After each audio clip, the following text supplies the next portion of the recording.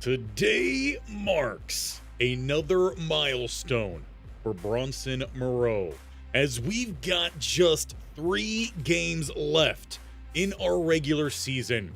It's time to decide how this year is going to close out. Now, it was a rougher start here for us because we had a bottom 5 offense in the Sun Belt. But last time out, where we won 4 straight games, we turned a bottom 5 offense into a top 5 offense. That is partially thanks to what Bronson Moreau has done here, but also thanks to one particular player for us offensively. And he was a little bit of a talk of a town and a potential sway on what our College Football 27 series will be. And that is Bam McReynolds. What a career he's put together in just almost a season. He really has become the focal point of the offense, keeping us going and helping us win some big time games. We hope that he can give us 5 more of those. And I say 5 more as we do have 3 games to get through today. We are in line right now. We're in the driver's seat, if you will, to send ourselves to a conference title. We take a look here at the Sun Belt. Across the board, we are number 1. The Sun Belt also has its divisions, right? And we are on top for the Sun Belt West. Southern Miss already has 2 losses on the year. Texas State has 2 losses. Troy has 2 losses. So we could almost write it up ourselves into that title game with 1 more win. That's going to be the big focus here out the gate, making sure we do get that dub. We've got South Alabama up first. Now, on paper, they actually are the better team. But statistically, we've been better, at least when it comes to running the ball. So that's going to be the focus here out the gate as we look to jump right on in to our first game today, because we have the potential of playing up to 5. So we want to make sure we get through all of these, no problem. And I think we'll start off this one with the P40 uniforms. And I like it better, I think, with the black helmet. I think it just kind of suits it a little bit more. So that's what we're going to rock with. Wish we could change the socks. Fortunately, not the case. We'll go with the black cleats as well. Haven't seen much of South Alabama's uniform set. We'll take a quick peek at these before we get into the game just to see if there's anything fun. Ice out? You know, I do like a good ice out. Keep the offense as it is, and let's go ahead and get on into the first game. I'll take my face on out of here because we're here to watch some football. And this time, we'll let the music roll for a little bit longer. I will do my best to remember to turn that off. But as we jump on into the first game of today, a win away from sealing our spot in the Sun Belt title game. The fans, they want to see it. They want it at home. Let's do our best to get that job done, and we all know where we're going to be going. That is Bam McReynolds. We'll pause up the music there.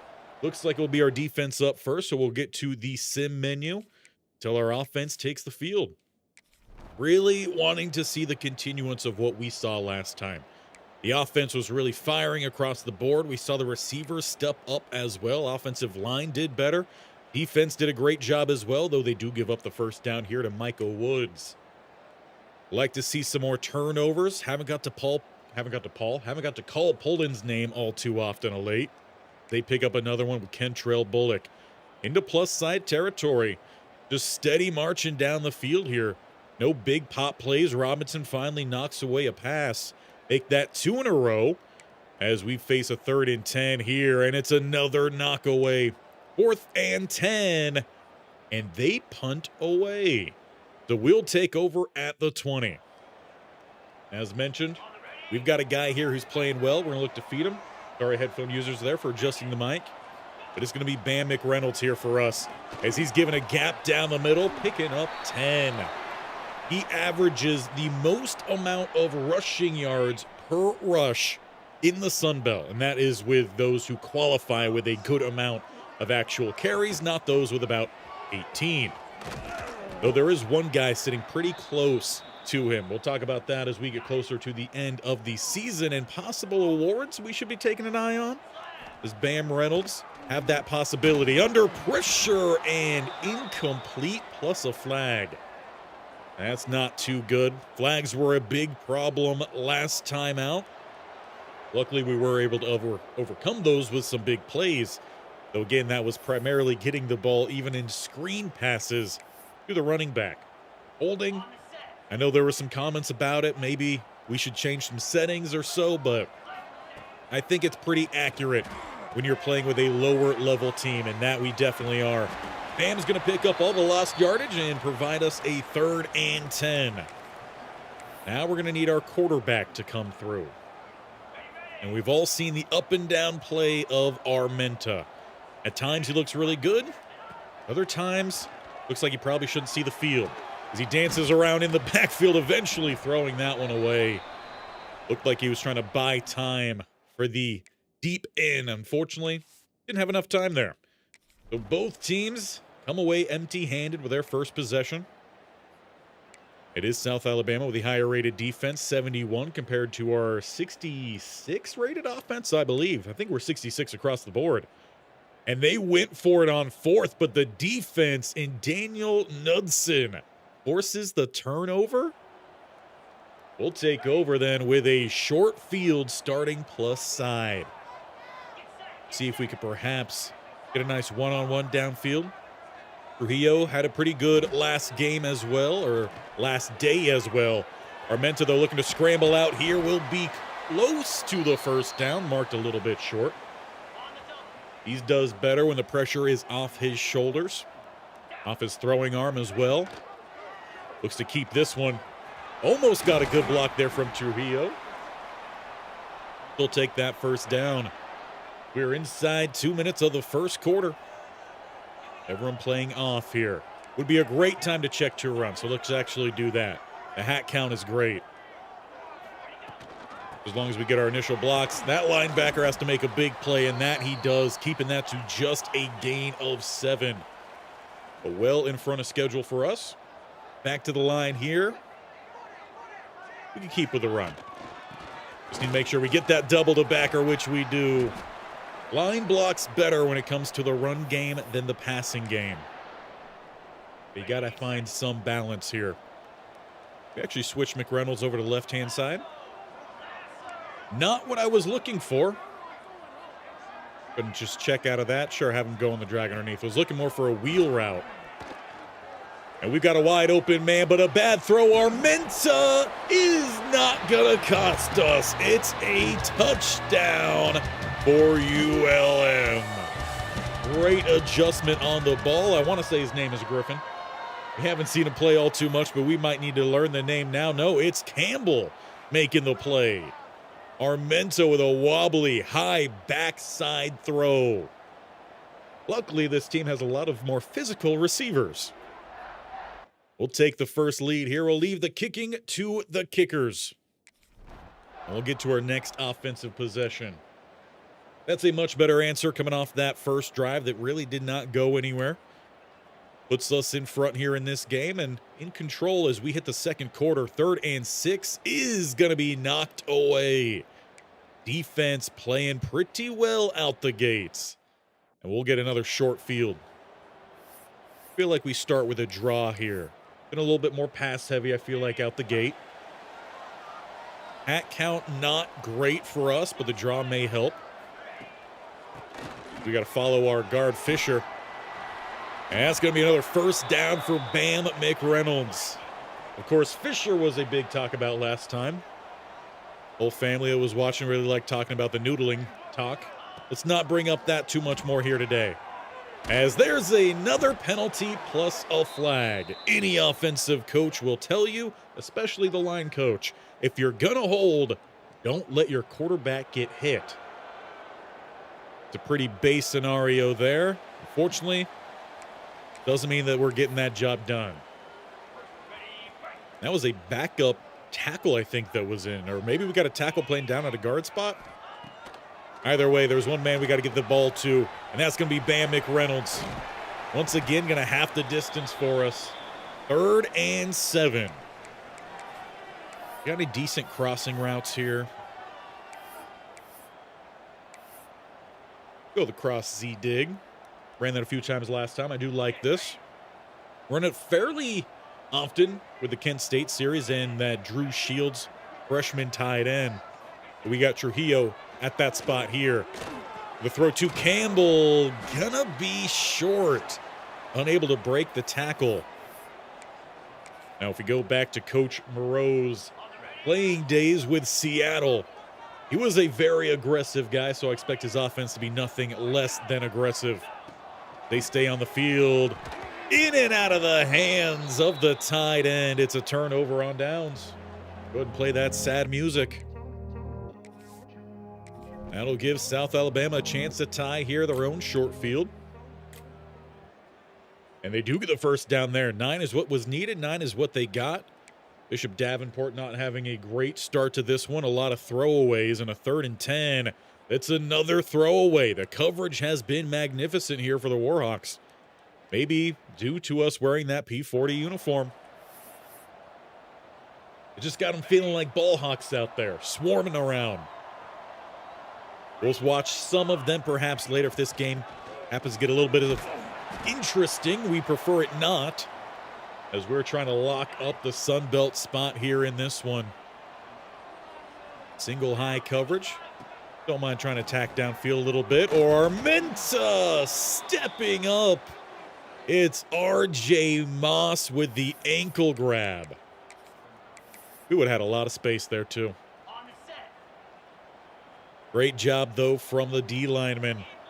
3rd and 9. And it's going to be Bam McReynolds with a convoy out in front. He's going to need one more block, but he's not quite going to get it. That guy Wiley, I think his name was. Now this is risky. We only snap this ball here if we like the look.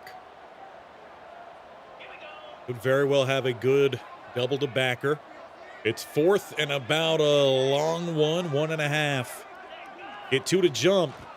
And it's going to be Bam with the first down. Going to depend on the spot here. They didn't call that penalty. Well, it's pretty good that Bam Reynolds gets that first down. Mick Reynolds. The respect on the name. Got to get it right. That's a great fill from 93.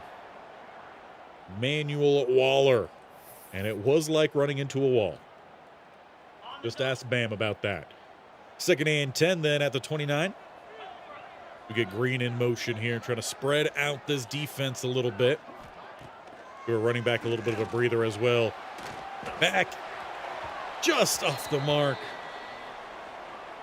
He was able to fully step into that instead of having to throw off his back foot. Maybe. That has also just been the accuracy of Armenta this year. Tries again over the middle, and again he's off the mark. We got help with the penalty this time, going in our favor.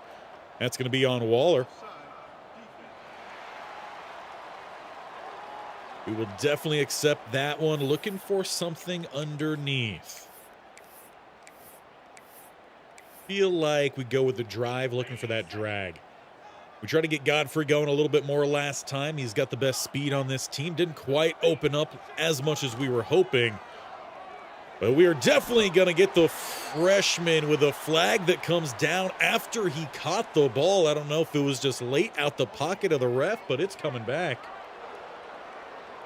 B.J. Gaffney holding. Can't have that when you're one of the best players on the team. Looks for something with a cross. We're going to go P.A. Reed. 3rd and 15. As we just keep going back and forth here due to penalties. Nothing free. They look to bring that blitz.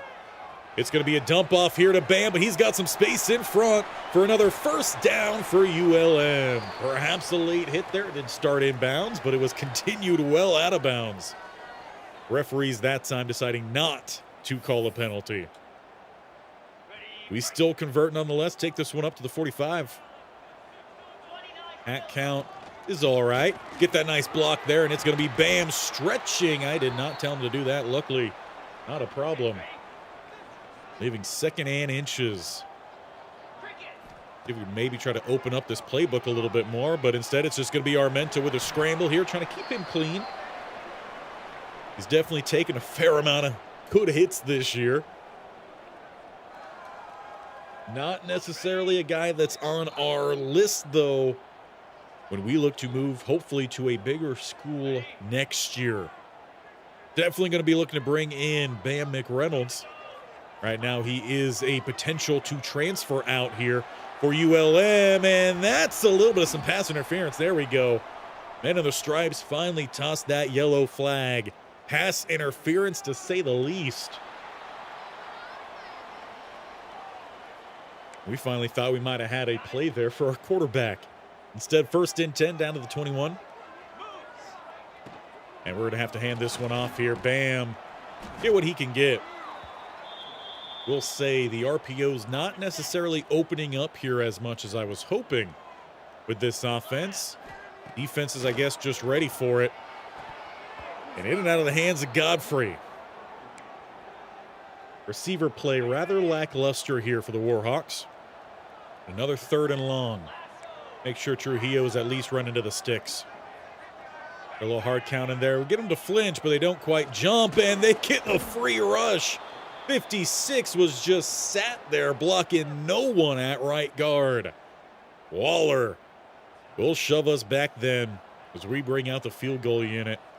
It's Larson as we look for that 2-score lead. Inside 2 to play, and it's right down the middle. Take something positive there, at least from that drive. Hopefully the defense can hold on to it through the halftime break, as we do get ball after half as well. Good return, though, from him. But still, nothing doing with the passing attack here until they hit on the 26-yarder. Let's see if our defense can finish this drive. We'll slow it down. Take a little peek from up in the booth. That's where Coach Moreau sits, not on the sideline. As it will look to be a pass here. Davenport, he's got time. Gets his man over the middle. Called that about a gain of 15. South Alabama has 1 timeout to spare. They're inside the 30. Inside 30 seconds as well. It's a draw. Gonna pick up a few. Had the potential for a lot more. Now they're letting this clock run down. Finally calling the timeout with 4 to spare. It's going to be the field goal unit right hash, about a 40-yarder. This to get him on the board here. Break the goose egg. It looks good from up here. And indeed it is. South Alabama on the board before we hit halftime. It'll be back-to-back kick returns for us then, unless some crazy happens here. A spin into nothing, as that'll take us through halftime then, and we should be getting ball first. Just make sure we get through that second kickoff. Or it glitched, and we actually start the drive exactly where we left off. Good news is, one, that wasn't fixed. We had that several times in the Madden States-only challenges. But we were going to get the ball anyway, so it's nothing fundamentally wrong then in this one, as Bam once again making the plays. 5 catches, 61 yards, all of that on screen work. Get some receiver stacks out there. We'll go quick to the outside as Buckhalter picks up 6.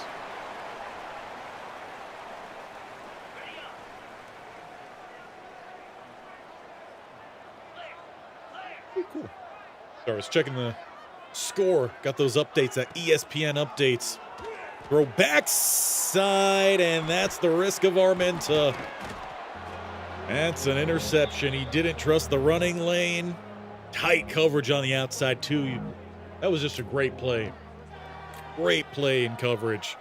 Had the press on him, then took the inside leverage off the cut. That puts us in a bad spot then. If they could find the score to tie things up here in the third. 3rd and inches. They get it early. And then they pick up the big play. They're set up with 1st and 10 inside the 10, and there's the score with an injury to their tackle. But that interception leads to the game-tying touchdown. South Alabama 10, ULM 10. We got to rebuild.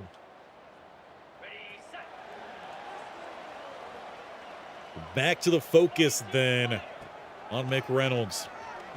Did not get the block there we needed on the linebacker. Our lead block decided to go outside rather than into the gap. It was 2nd and 9. Hat count not favorable here either. But they do open up the center of the field, and Armenta will take that one, sliding down at the last possible moment. That's going to be a big gain up to the 44.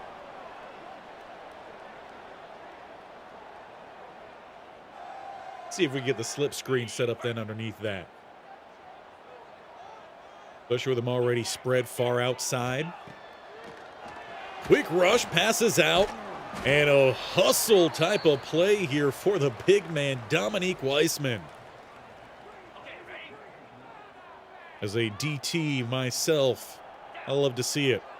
Fortunately, it doesn't do us any good. Go the pass underneath. Once again, a little bit behind. Trujillo trying to get behind his blocks there. That might have cost him the first down, leaving 3rd and 2. Double A gap look here. Leaves a hat on a hat up front. 2 lead blockers for us. And Bam struggles to find the first down. They do not give it to him. We're going to see a hurry up here from the offense. Armenta right back under center. Looking for the blocks this time, and he still doesn't get it. There was a lane. He tried to cut back left, but I think he got booty bumped by the guard, and he fell down. This could really swing the momentum here. The first down is earned, given there. Was not given for us. There's another big play. They're set up about inside the red zone, and they don't even need the red zone from 26 out. South Alabama and the Jaguars take the lead. That is a blown lead in this one for us as we've given up 17 unanswered points here in the third quarter. Or thereabout. They did get that field goal just before halftime. Bam just trying to follow his blocks here. Give him some space. His lineman didn't give him space on that last drive. Ended with a turnover on downs. Short field. 2nd and inches here. Pass is downfield and caught by Godfrey. He finally gets a reception. And that sends Armenta over 100 yards passing on the day. Touchdown and the interception. Look for a little bit of some hurry up here. A little slow on the roll. He's got a man, though, downfield. Hooking up with the freshman. It's Trujillo. And that'll probably take us to the quarter break. Not going to get lined up quickly enough, I'd imagine. No, we don't. So to the 4th we go. But we've got to pull ourselves back in front here. Giving up 17 unanswered. And trailing now by a touchdown. Playoffs out of sight. But a really nice bowl game. A Sun Belt championship game. That is still on the lines in this one. We enter with 9 minutes to play in regulation. We'll start the 4th at the 31. And it's Bam with some good blocks down the middle. He will scoot to the 15. He needs 13 more to reach 100. He's been pretty good at getting that done every single week. But we do look to go with a little bit of some hurry up here. 1st and 10. They get confused. Throw is caught outside Godfrey. This time he's got the sticky paws. Call that a gain of 5.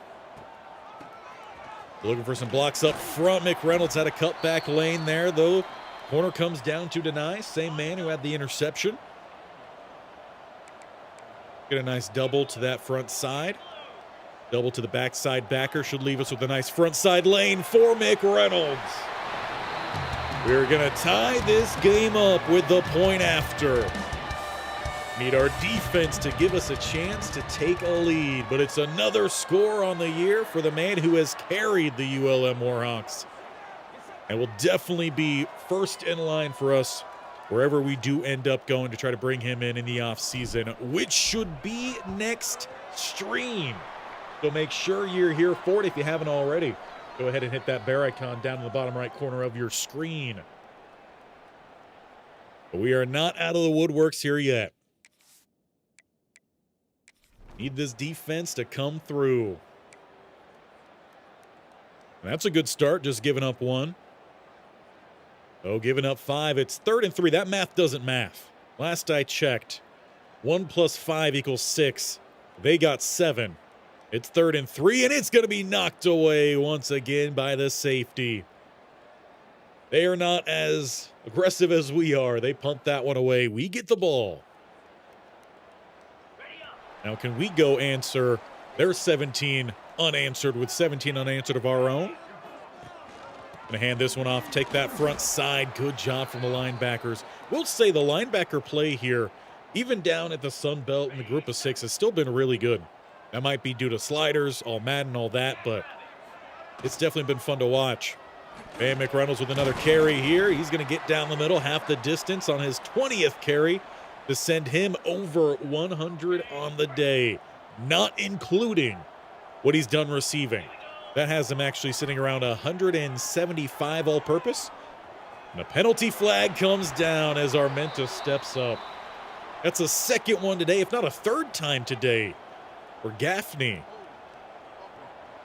Just can't have that. You can't be our best offensive player overall-wise and be one of our most mistake-ridden players as well. 3rd and now 14, putting us well behind the sticks. Hard count with no offers. They flood one side. It's going to be Armenta trying to scramble out, spinning close. And still no first down. We're going to keep risking it. Might as well just keep doing it. That's what we do. Should be pretty easy here with no DT lined up over the middle. Call that a first down. A little bit of some hurry up as well. Don't like the look, though. Going to check out of that. They kept the safeties deep. Get our blocks there. And there goes Galloway, shaking off a one and tracked down in the opposite 45. Nice little breather as well for McReynolds. Not one of the primary heavy-duty backs. Got a flood concept here. We can do with that. It's an option route, so not sure if Godfrey will take it. As they look to send a little bit of the blitz, we'll loft this one downfield. Trujillo can't get to it. And Roscoe Tucker injured on the play. I believe that's the starting center. At least it's not a name we've had to call before. It does look to be the starting center. We got a new man out there. 2nd then and 10. A change to a run here. And hopefully the backside guy doesn't have much speed. Get the block front side. Leave some room for Bam with a nice cut. He's got the first. For a running back who honestly doesn't have that much speed, 89. Granted, here down in the group of 6, pretty good. He is pretty good. We get ourselves lined back up here. Big hit. Tucker, bruised knee. Sure, I guess put the backup in. ULM doesn't really have the depth offensive line-wise, but better than a injured player out there as Green can't reel it in. Decent throw, though, from Armenta. We're sitting about in field goal range here, and they've got everyone downfield. Just want a normal run here. Hat on a hat looks good. I think we need to fire whoever that was at center. That takes us outside of field goal range. Now, I'm not actually trying to run this play here. I would like to get a hard count in, get us back into range. 4th and 14 in a tie ball game. One hard count. Try 2. They jump off sides. We're going to have to force that call, though. Lob this one downfield and off the mark for Godfrey. We will take the free 5 and hopefully back into range for Larson. That moves us to the 35. It's a 51-yard shot here for the lead. Wind actually working in our favor. We don't quite get everything behind it, but it is good. ULM back in front. With 2:37 to play, it's just a field goal, and we're going to have to watch what this defense can do for us as we try to claim our spot in that Sun Belt title game. We don't need to watch the kickoff, though. Say that they do get a decent return. Slow it down now. Change of possession. South Alabama once again trailing. They overcame a 10-point deficit earlier in this one. 3 seems far easier compared to that. That's incomplete. Really hoping that was a fumble. That could have been a scoop and score. Instead, a heavy look here for 2nd and 10 with 2 tight ends to the bottom. And they swing it out to the running back, slipping by one. It's a gang tackle to follow. Leaving a 3rd and 3, but we're going to take a quick break. 2-minute breather. Both teams have all 3 timeouts. And it's 4-down territory, you'd imagine, at this point. They look to go to the air here. Extra man sent, but it leaves an open receiver over the middle, crossing the midfield line. Jaguars plus side at about the 48 and a half. The passing game has been a little bit hit or miss, as that is a miss. Pass coming up low. Is that what they're counting as throwaways? 2nd and 10. Got 2 receivers on the field, 2 tight ends. And a throw. It's going to be intercepted. Warhawks take over at the 43. I got to get our defensive sound in this game as well. That'll be for next time, but there's a big pick. Go ahead. Leave that man some love, as that might have just been what we needed to get ourselves into that title game. Absolutely huge. David Godsey. Now we just can't mess it up. We got a run clock. 1st down basically seals this one. They got 3 timeouts. We have them burn those, and we are good to go. Bam gets by 1. He's not going to get by 2. You like the defensive setup, though, for him? They're basically running 3 techs across the line. And if you got enough athleticism with that, that's all good. But Bam McReynolds, he gets that 1st down for us, and we could almost just call this one done from there. Keep our guys healthy. We'll take a knee here. 50 probably could have got to us, but that is your ball game. With only 1 timeout left, it's not enough for South Alabama. They went on that 17-0 run, took themselves in front. It's a late, long 51-yard field goal that puts the Warhawks by South Alabama. Win streak moves to 5 behind another impressive performance from Bam McReynolds. With only 2 games left, and the other 2 teams in the Sun Belt behind the Warhawks by 2 games. That is them to the title game.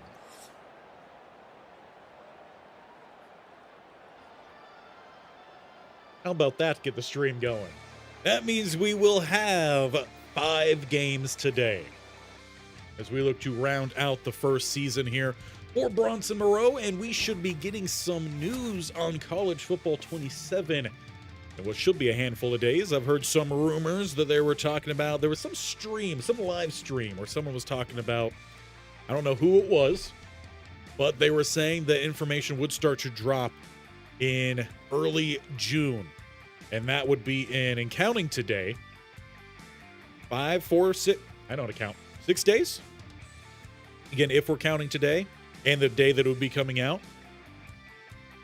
Who knows, we might be getting some more information on that soon, which could sway the team that we choose to use in College Football 27. So still make sure you're leaving your ideas on that. Let's get on over to the next week then.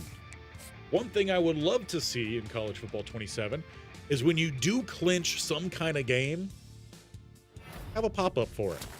We do get a commit after that game, though. That's good for ULM, a 3-star receiver.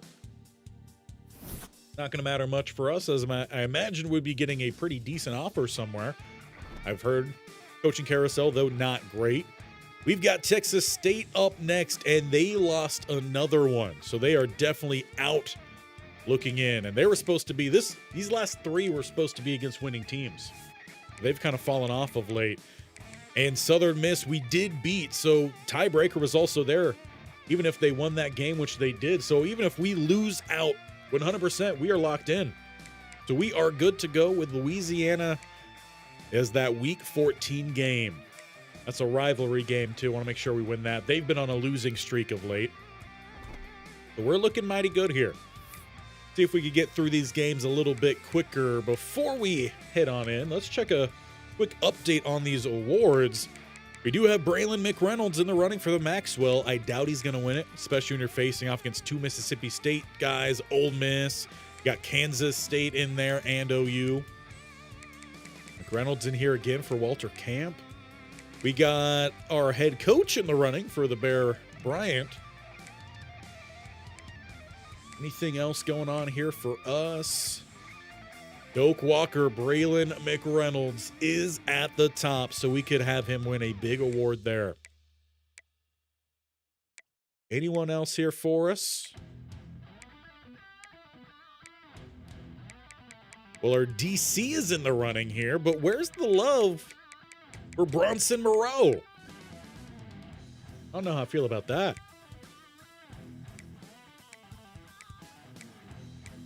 Well, we could at least win one award, potentially a couple more if we finish this season off right. So let's keep this thing on rolling, then we'll head on into game number 2.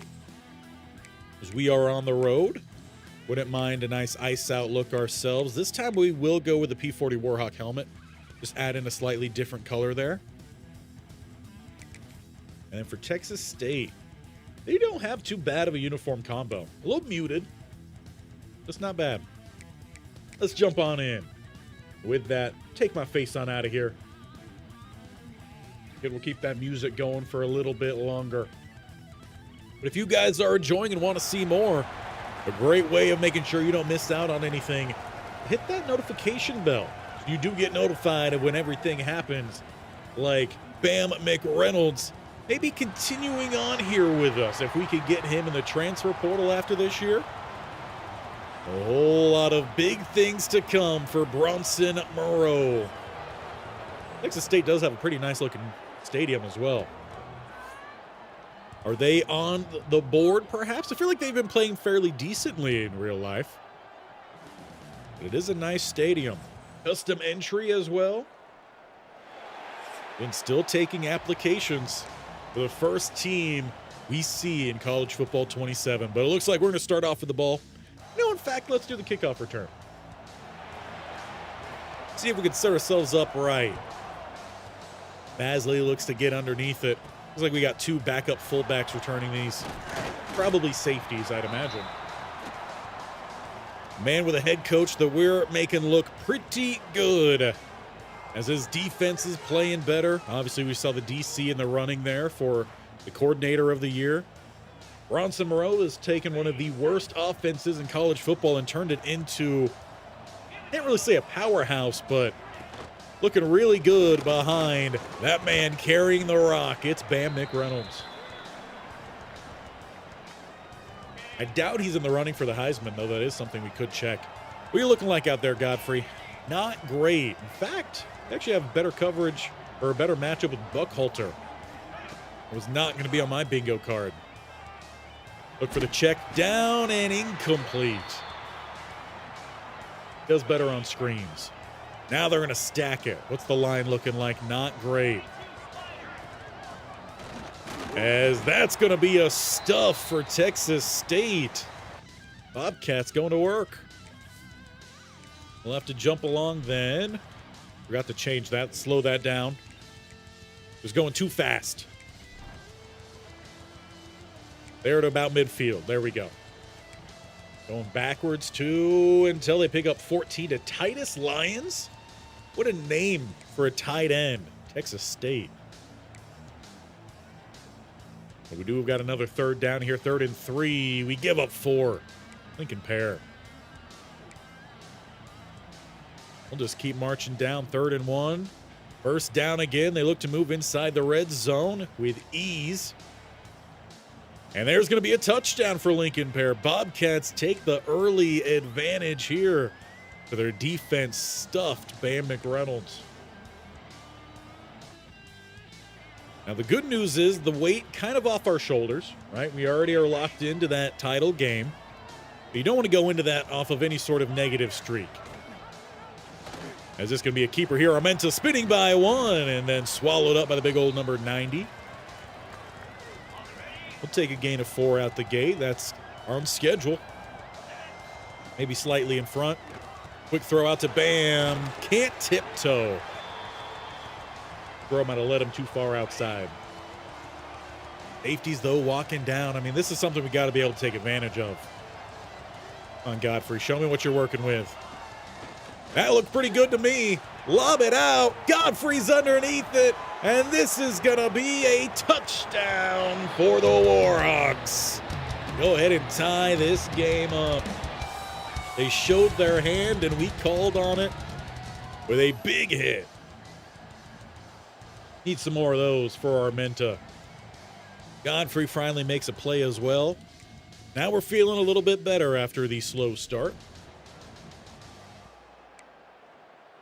A lot of action in the first couple minutes of this one. I'm sure the few fans in attendance, it's a pretty empty stadium, are at least excited about that. 3rd and 6, and no first down this time. Texas State's going to have to punt. That's why the DC is getting some league-wide recognition. Meanwhile, Bronson Moreau, he's pretty used to being doubted, as Bam will carry him forward for 4. Now, let's be honest, though. One reason they could be doubted is this is a veer and shoot offense. While the veer and shoot offense is still predicated around having that run game, we haven't seen a whole lot from the passing game. Green finally makes a play there. He's been the team leader in receptions and yards, I think potentially receiving touchdowns. Might be our Triple Crown leader. Finally gets his first catch of the episode. Bam, going to sort through, does pick up 5. Yeah, last time out we did find out that McReynolds has transferred IRL to UAB. UAB being in the mix of teams we were taking a look at for college football 27, and a flag comes down as we were already short of that first down. Number 55, I believe that was the man who was injured last game. Roscoe Tucker.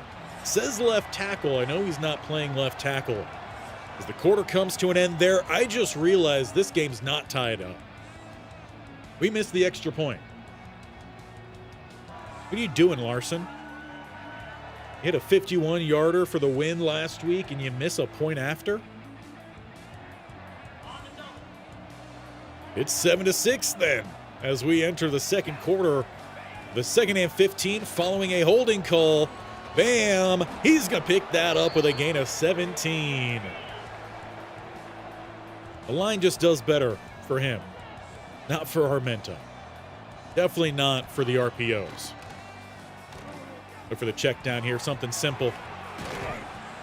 I don't know if Bam's going to have any career health left, honestly, after this year. We might need to check that before we take a new job application and look to bring him in the portal. 2nd and 1 here. It's back to Bam. Another gain of about 5. 6 attempts for about 40 yards. They're showing a blitz here. They are playing backed off in coverage, so we'll look for some slants to perhaps open up. Lofted throw. Godfrey with the catch. Almost breaking away, but it's not going to be much of any sort of qualification because it's going backwards. Fisher. This is where the whole talk of the noodling started. Where he had about, I think, 8 holding calls in 2.5 games. His mind was clearly elsewhere. 1st and 20. A little bit of some play action. Flipping it forward, but there's a little bit of some congestion, I guess. Looked like Green and McReynolds running into each other out of the backfield. Both had a lot of space to run. Instead, it's 2nd and 20 and an incomplete pass here for the quarterback. And no, I'm not trying to just give the ball to Bam McReynolds, but he's the only one making plays consistently. Though this would be a prime opportunity for Green. Galloway also checks in. RPO, float this one outside, give it to the big man, and let him rumble. Need to work on that stiff arm, but the senior takes us down to the 8 with a goal-to-go situation. Looking to take that lead, and in fact, we might look to go for 2. I don't think we need to see Larson miss another field goal. Or point after, I should say. You got anything with a corner route around here? There we go. Need to shorten that up, though. Well, I need you to shorten that. Take it from there. They were offsides. I should have snapped that ball a whole lot sooner. And not run into the defensive end. Khalil Alexander with a sack. Second and goal, back at the 12. Who fixated on the play call design and didn't run it well. As Armenta rolls outside here, he turns up and takes advantage of the open space for the go-ahead score. Though it already looks like Coach Moreau is telling the offense to stay out on that field, looking for a touchdown lead, not a 6-point lead. Give credit, though, to Armenta for having the wheels to get out there, just getting by the big fella. Rocking number 8. That's an interesting number for a defensive tackle. Well, hard count, make it a free play here, because I threw that to the wrong man, but that was caught. Where was it caught at? Short of the goal line or in the end zone? BA attempt. Good? I don't know. It's not giving me the information. We're going to gamble. They say no good. We challenge that? We can't even challenge that. Where was that ball caught? I mean, that is very close. But I think it might be the right call. I don't think the ball ever did cross the goal line. Millimeters short. Play the sad music. So we go from a possible 6-point lead to a possible 7-point lead to a 5-point lead. The up and downs here of the Bronson Moreau coaching carousel. 3rd and 10, though. There we go. Defense stepping up here. That is back-to-back stops. Get the ball back to our offense, and hopefully this time they can fully take care of business.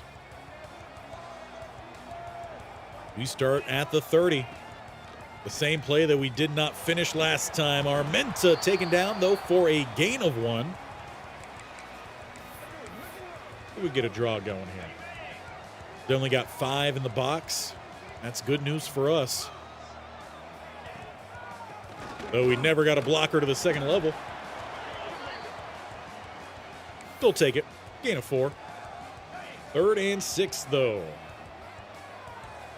What's the blocking looking like for us? We do have the good double to backers, though. The blocking seems decent down the middle. What a play. Kyron Borda.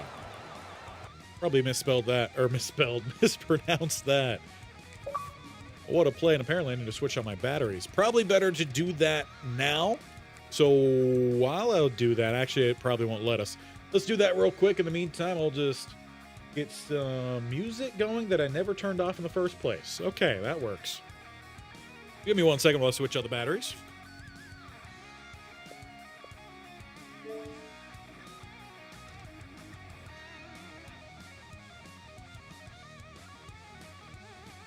Very professional.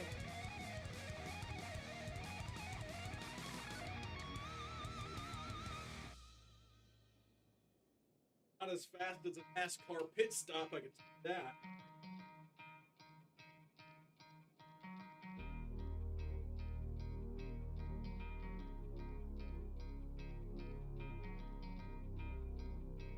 All right, let's roll back in here. And this time, we'll actually pause up that music and get ourselves jumping forward here. Oh, it's the Texas State defense who did step up, getting that stop. We do actually drop them back inside the 5, it looks like, at the 5. But then we give up 26 yards. Defense was pretty good at doing that early on in the season. We've cleaned it up pretty well, forcing a 3rd and 5 here following the lost yardage. And it looks like we're in the 2-minute break with an unknown play that happens, and it seems to be a pretty good one. They're now inside the red zone, facing a 3rd and 10. And it's Free and complete passes, I'll take that. They settle for the field goal. We now got a 2-point ball game. Blood Beast, how you doing? This offense is indeed electric. Reminds me of the Seahawks when they had Wilson. Heart attack every game. You never know what you're going to get with Armenta. Although I don't feel like the Seahawks at that point had as many penalties due to holding.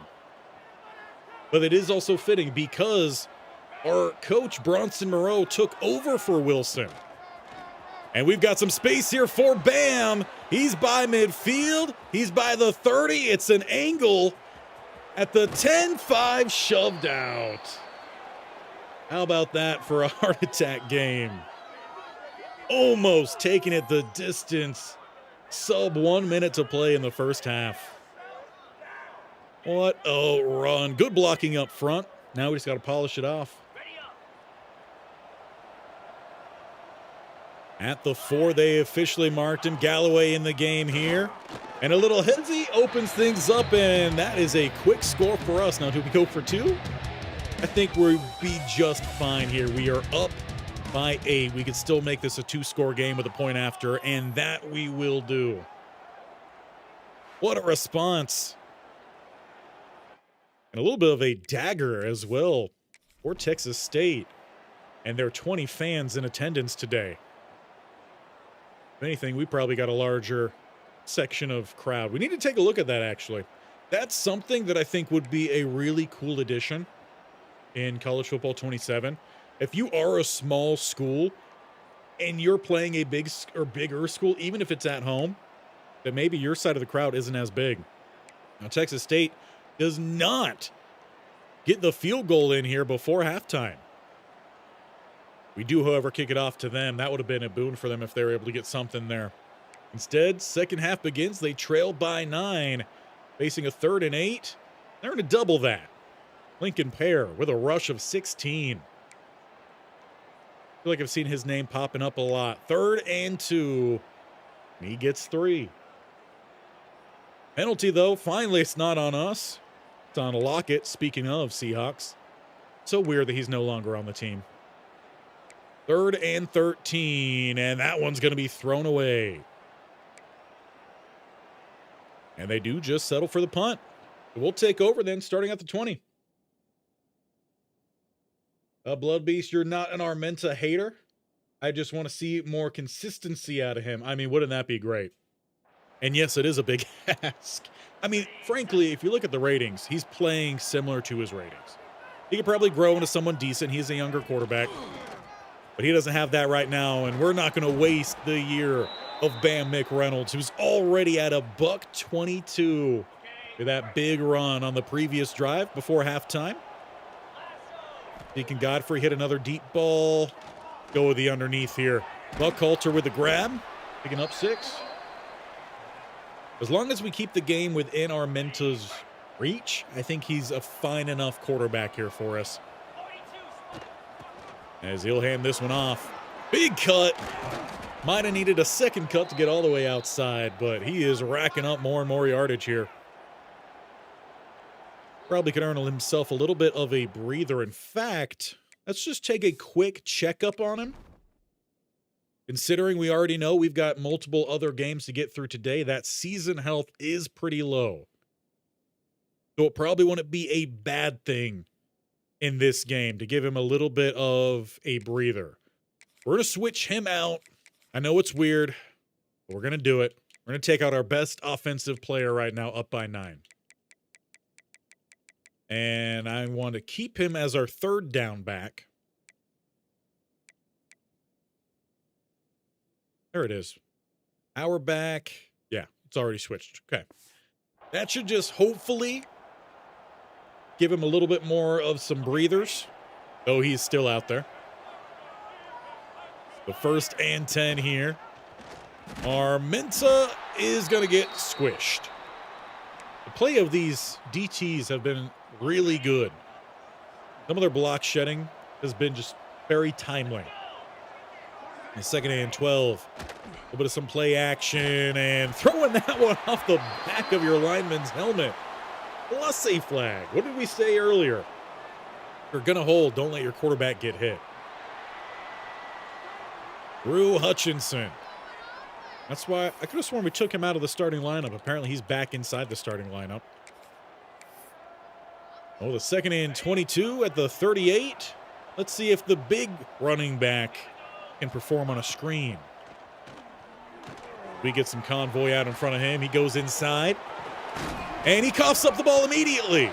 It's a turnover, and Texas State has got the ball.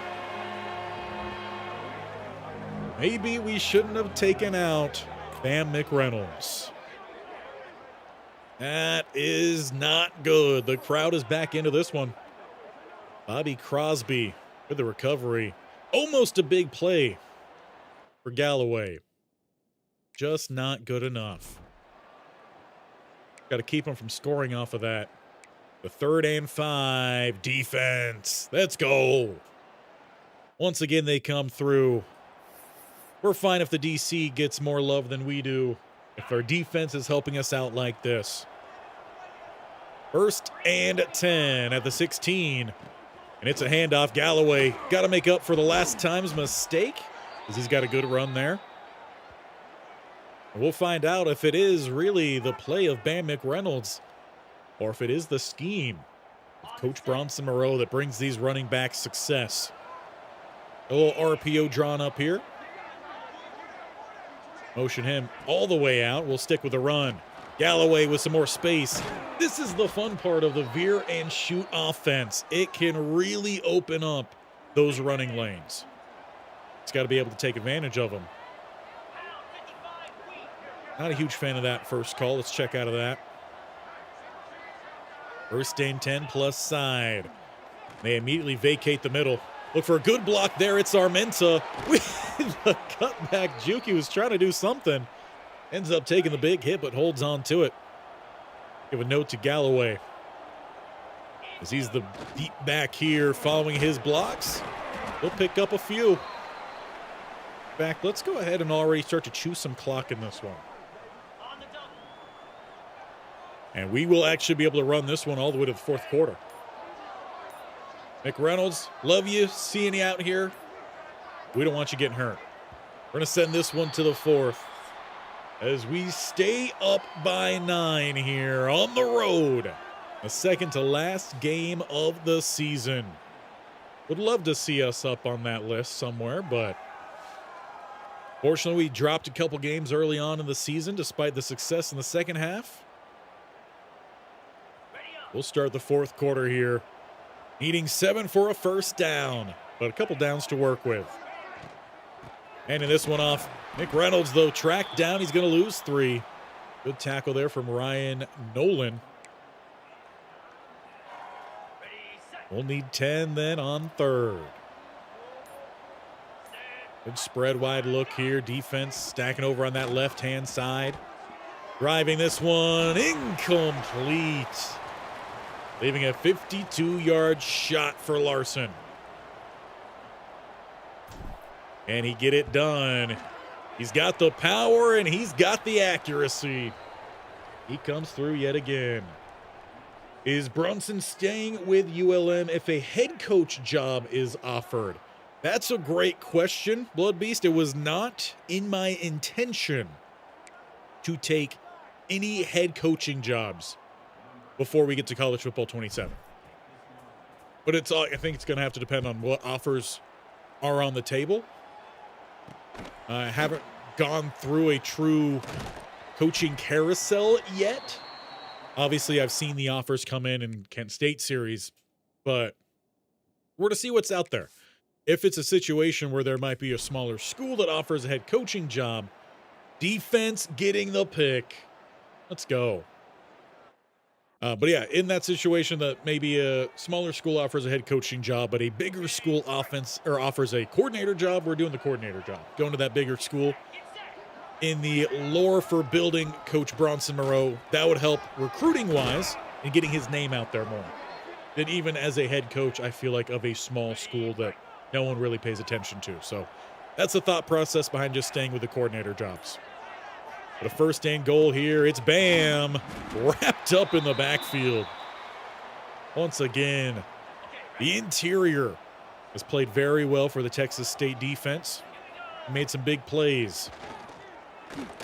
Armenta rolling out here, gets that basketball screen as he takes it to the house. Another rushing touchdown for him on the year as we look to separate down in Texas, or I guess over in Texas. Not exactly sure where Texas State is located and if that's more north or south than that of Monroe, Louisiana. There's a little bit of some love then for Armenta getting that score. As we hopefully look to see this game come to a close soon, we'll head into the final game of the regular season. Our eyes are set on that postseason. 16 yards, though. We can't start looking too far ahead. There's still time left for some big plays to be given up. It's Titus Lyons, but it's a penalty. Thought that might have been another turnover. I mean, it would be extremely early for a one-year offensive coordinator. It would be early. Bloodbeast talking about if we were able to get that head coaching job, which is why I kind of wanted to do this series. Oh, we've got the ball. Well, we gave that one to the offensive line coach to call the plays. I don't know. Yeah, that's why I wanted to do this series. Defense with the interception really wants us to take the field here. Yeah, because I wanted to build up the return here of Bronson Moreau. He left suddenly from the Seahawks, and we haven't heard anything about him since. So a good way to re-enter, plus Louisiana is his home state. So it makes sense that they would at least give him the opportunity.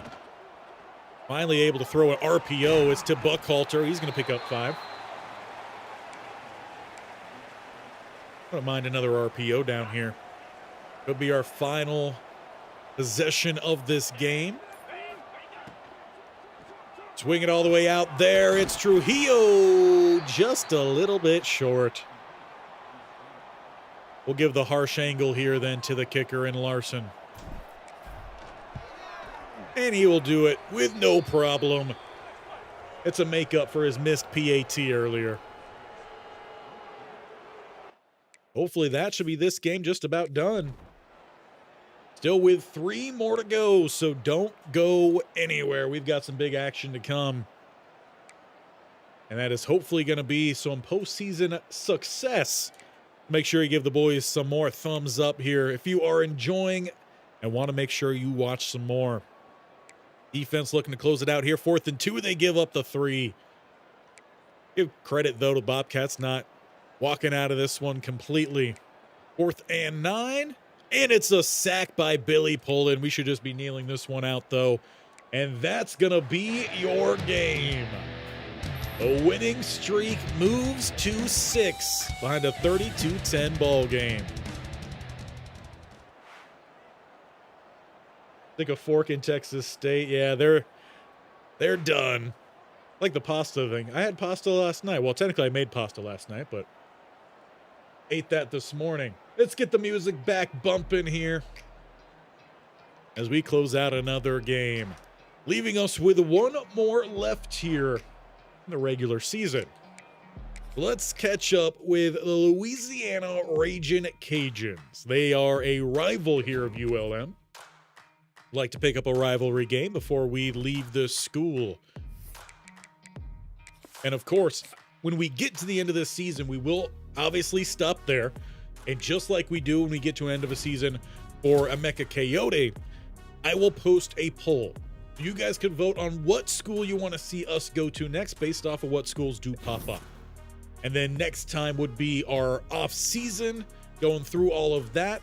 My plan of progression here with Coach Moreau is that after the first year, we come in, we're just calling the plays, right? We get that, but we have nothing to do with the recruiting. Well, then next year, they sprinkle in some recruiting for us a little bit. So we're going to obviously do that in the off season. Maybe we do see Bam McReynolds follow us. But second year, we get a little bit more of that. We'll probably only have time to get through 2 years, maybe a third. I'm hoping that they're going to announce in the first, couple days of June when College Football 27 officially is dropping. Normally, it's been around the second or so week of July. So based off of that, we're going through 2 episodes a week or 2 streams a week. We're getting through about 4 games. That's about 3 to 4 streams, so 2 weeks per season. Might be able to get through maybe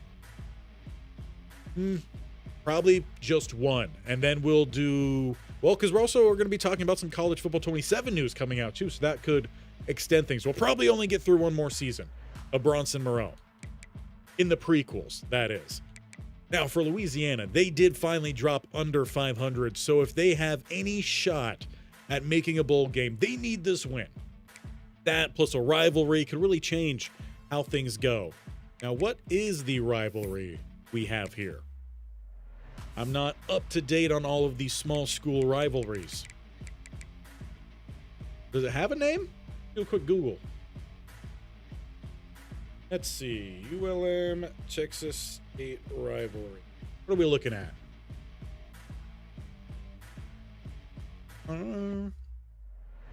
Trophy bearing college rivalry. Does it have a name?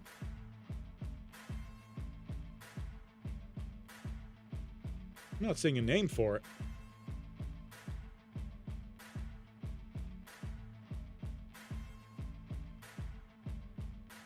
No. Unless we got some ULM fans or some Texas State fans, let me know. But apparently this is an unnamed rivalry to close out the year. And it is on the road. So I did miss out talking a little bit about Senior Day against South Alabama. But a win is a win. Bloodbeast, if you want to name the rivalry, go ahead. It'll only be for this series, this time right now. So leave your name in as we are going to jump on into that game. The War of the Chickens. Is there a reason behind the chickens? Warhawk. It's a bird. Raging Cajuns, not a bird. If you want to go with War of the Chickens, we could go with War of the Chickens. Maybe that, or you're just thinking the Popeyes Louisiana Chicken Bowl. How about that? Unless that's already a bowl game, which I could see. Uniforms for this one. Let's rock red helmet, gold pants with some white and gold cleats. I didn't like the white and gold. Let's go white and red. That balances it out. Raging Cajuns. What do they got? White script. Black. I was hoping that they had... Ooh. Nice. What's their throwback? Pretty bland. And they only have the one red. All right, they're just going to go all black. Keep the red socks. Go with black and red. Those socks are not red. Just in case, you're going to go with black socks. All right, let's jump into this game. Take my face on out of here. And because I forgot last time, we're going to pause the music while I'm prepared for it. As we get into the final regular season game, it's the rivalry between the Raging Cajuns and the ULM Warhawks, now known as the Popeyes Louisiana Chicken Bowl. The winner gets a bowl of chicken from Popeyes. Raging Cajuns need this win to become bowl eligible. We've already got everything locked in. It's just for bragging rights and a bowl of chicken at Our Lady of Lourdes Stadium. And of course, we're still trying to get our running back, Bam McReynolds, some extra awards his way. We could get our coordinator, Bronson Moreau, some as well. That'd be great. Let's see what the defense gives us out the gate here as we kick this one off. Bill Davis with a gain of 3 and a gain of 57. He's hungry for that chicken. Question is it the spicy chicken or the original chicken? Maybe you could get a bowl of mix, because they don't do anything after that big run and settle for the game or the 3-pointer. We'll send out our offense then, starting at the 25. Well, there's already been one big run. McReynolds, what do you have to say about that? Ashlips look good on the outside, at least on this play, which they're not doing anything. McReynolds going to carry that rock for a gain of 9. Maybe see if we could get outside a little bit. Line does look good that direction. Need them to open it up, which they do. Bam with a cutback spin. And a good gain up to the 45. They might have been able to pop up for one big run, but they didn't finish their drive. We finish ours with a touchdown. Go with a check down. Not a good throw from Armenta. Had his running back with space and fired that one to the sideline. Go with the inside throw here. Trujillo with the back spin and going to pick up a gain of 8, leaving a 3rd and short. Falling right into what we do best. Especially when you only got the DT lined up. I mean, they're stacking one side. Really putting a lot of pressure there on their left end. And the linebacker who does not make the play, an extra 10 or so yards through contact. Bam McReynolds. With such a small frame, not expected. Look to bring that blitz. Leaves Godfrey over the middle for the catch. Man who's got pretty good speed down here in a group of 6. He really does not separate as much. Good play, though, from the edge. Kept Armenta honest. They'll bring out the big boys here. What's the line looking like up front? It's not great. Make sure we get our blocks, and we'll get enough. Suplex, but a first down. Yeah, Bam definitely shaken up. We're going to need to probably have him sit a majority of this game. The long, drawn-out play here. It's got the quarterback all frazzled as he throws that one into the turf. That initial rush was crazy, but they bit on the play fake. Makes sense, though. Armenta wouldn't trust it. Well, hard count gets something not free. Godfrey with a quick hands, but not quick enough.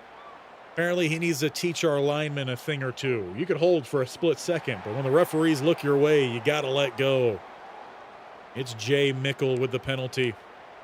And a 2nd and 20. That's a 30-yard loss, mind you.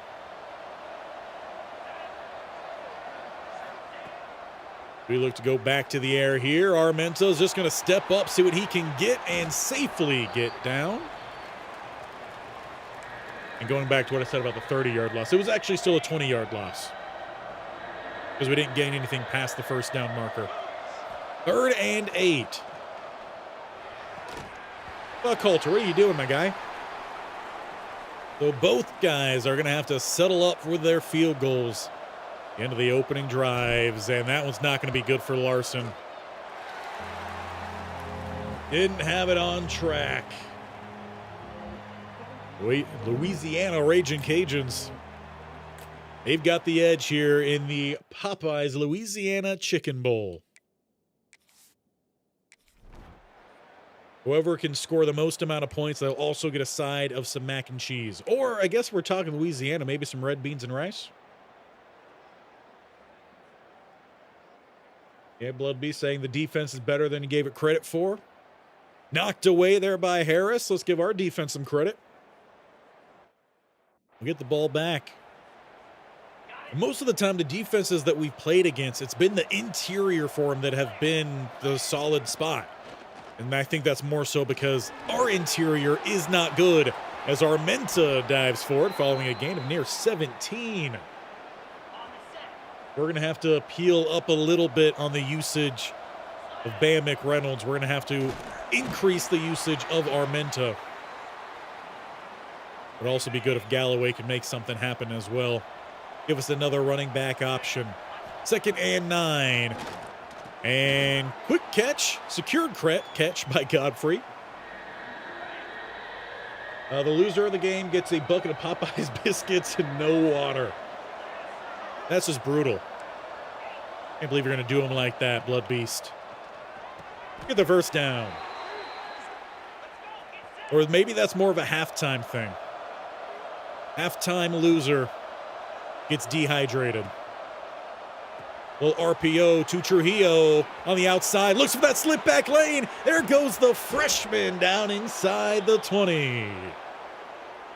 I might take a look to see if he hits the portal as well. He's honestly been a solid slot receiver. As the first quarter comes to a close, we are right now, the one's going to get a whole bucket of Popeye's biscuits with no water at halftime if we can't get in front. McReynolds cautiously being held out of the game right now, it appears. That's probably not a call from Bronson Moreau. That's probably a call from the head coach or the training staff. The first and 10, we begin the second quarter inside the red zone, and it's Armenta with the keeper for 3. And it is Smith in the ball game at running back as well. Look to go to the air into double coverage. It's knocked away by the safety. Get a halfback screen in here. I like him inside the red zone. Sometimes a brutal punishment is needed for performance to improve. Tell that to Armenta. He's got to eat half the bucket himself. As it's Galloway getting close. 4th and 2. He missed last time. Coach isn't going to trust him this time. To keep ourselves from eating the Popeyes biscuits. Hard count there, no offers. They do straight snap the ball. Armenta wiggling around now. He's got a lane to the end zone. And now it's the Ragin' Cajuns who might have to eat that bucket of biscuits. Though it was still 7 minutes and 50 seconds to sway. Armenta gets his own bucket. That, and I would say the entire offensive line probably gets 2. Oh, okay, now you're going to pull back just because he scored. No, if you give a punishment, you got to keep giving the punishment, no matter if they get that touchdown or not. I'd still give it at least to the offensive lineman, the center, left tackle, and maybe the guards can split. The right tackle has done a tremendous job. I don't think I've had to call a penalty on him or has given up anything big. Interception from Diarco? Is that how you pronounce that? Diarco? Perkins McAllister? Let's go. We take over at the 22 with a short field. Okay, ready? Center for sure is getting the bucket, no matter if we're at halftime or not. 1st and 10. What a snag! It is Godfrey. Let's play that music. 1 play touchdown to widen this thing to a 2-score lead. That is the first time this year Armenta has properly thrown the backside shoulder fade. Now you can take away the punishment, Blood Beast. Now you could take it away. Still a little bit over 6 minutes to go here in the first half. It is a 14-3 ball game. Need a couple penalties to start these drives on defense. I'm not for that. Throwaway there helps. Another throwaway helps. We got a 3rd and 5. The defense only gives up 3 there. We'll get the ball back with 5 to play. This time starting back at the 32. Bam back in the game. That's good news. Still going to be a keeper here for Armenta. Right tackle getting out there in space. Boy, all of a sudden got the hiccups there. Should be good. 2nd and 3. And there goes Bam for the first down, though wrapped up cleanly by the safety. Looks like some press coverage on the outside. Safety help, but still sitting about 10 yards from the line. Godfrey's got a good matchup out there. Good press, though. And a bad throw from Armenta. Not looking for a back shoulder fade that time. Because of that, you get the quarterback blast. Good news for you. The hat-on-hat looks great. And it's Armenta straight forward for a big game. Haven't seen this Armenta since, I would say, the opening game of the season. It was against FCS Southeast, I think. That's not going to be a good one, though. And Braylon McReynolds Holding at his back after that play. That's not good. We're probably going to have to just pull him out of this one entirely, save him for the postseason. 2nd and 10. Good pull there from Fisher.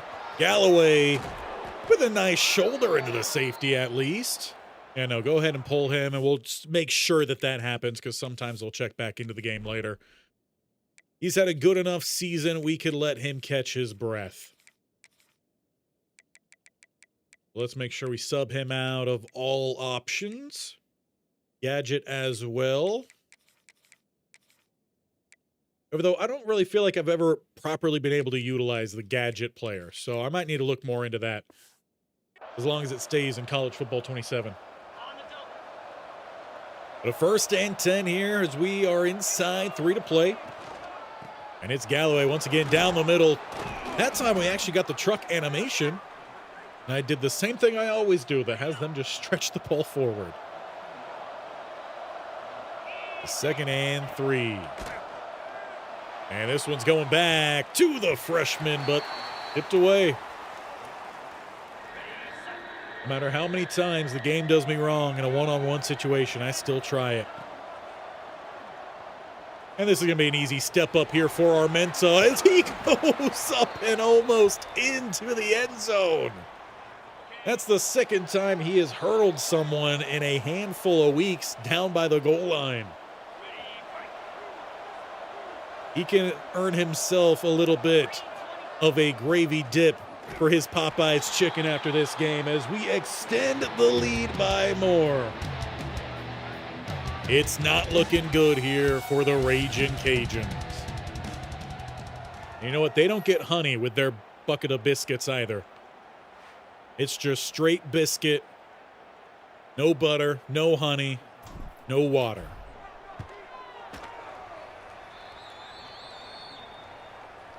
As we will move along probably through halftime here, I'd imagine.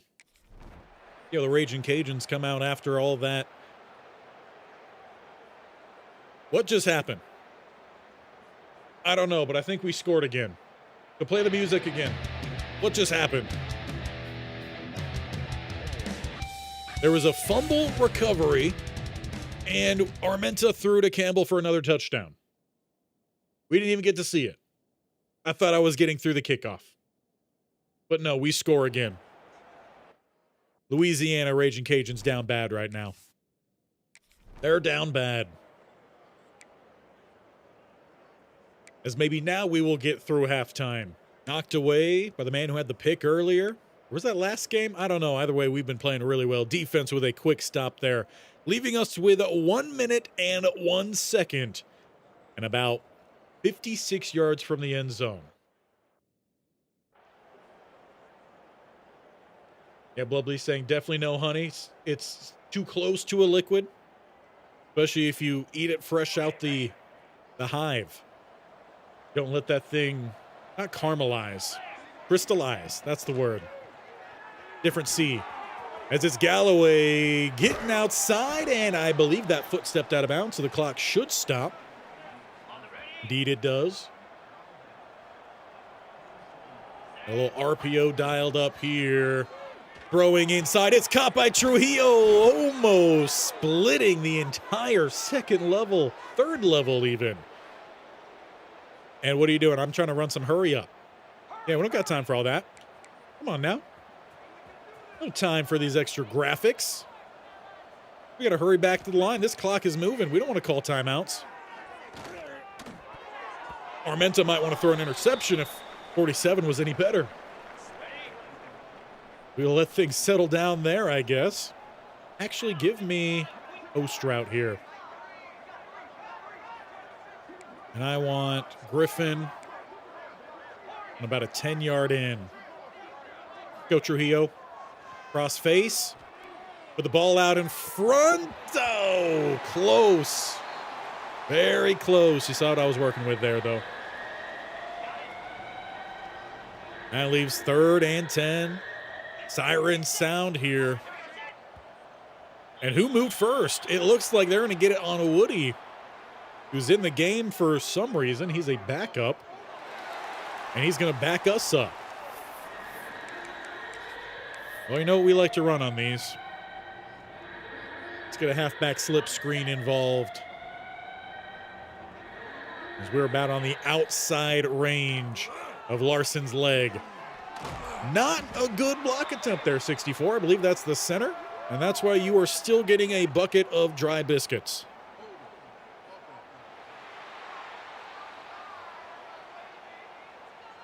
And they do decline that penalty. That leaves us here with a long field goal attempt. Wind slightly going against us.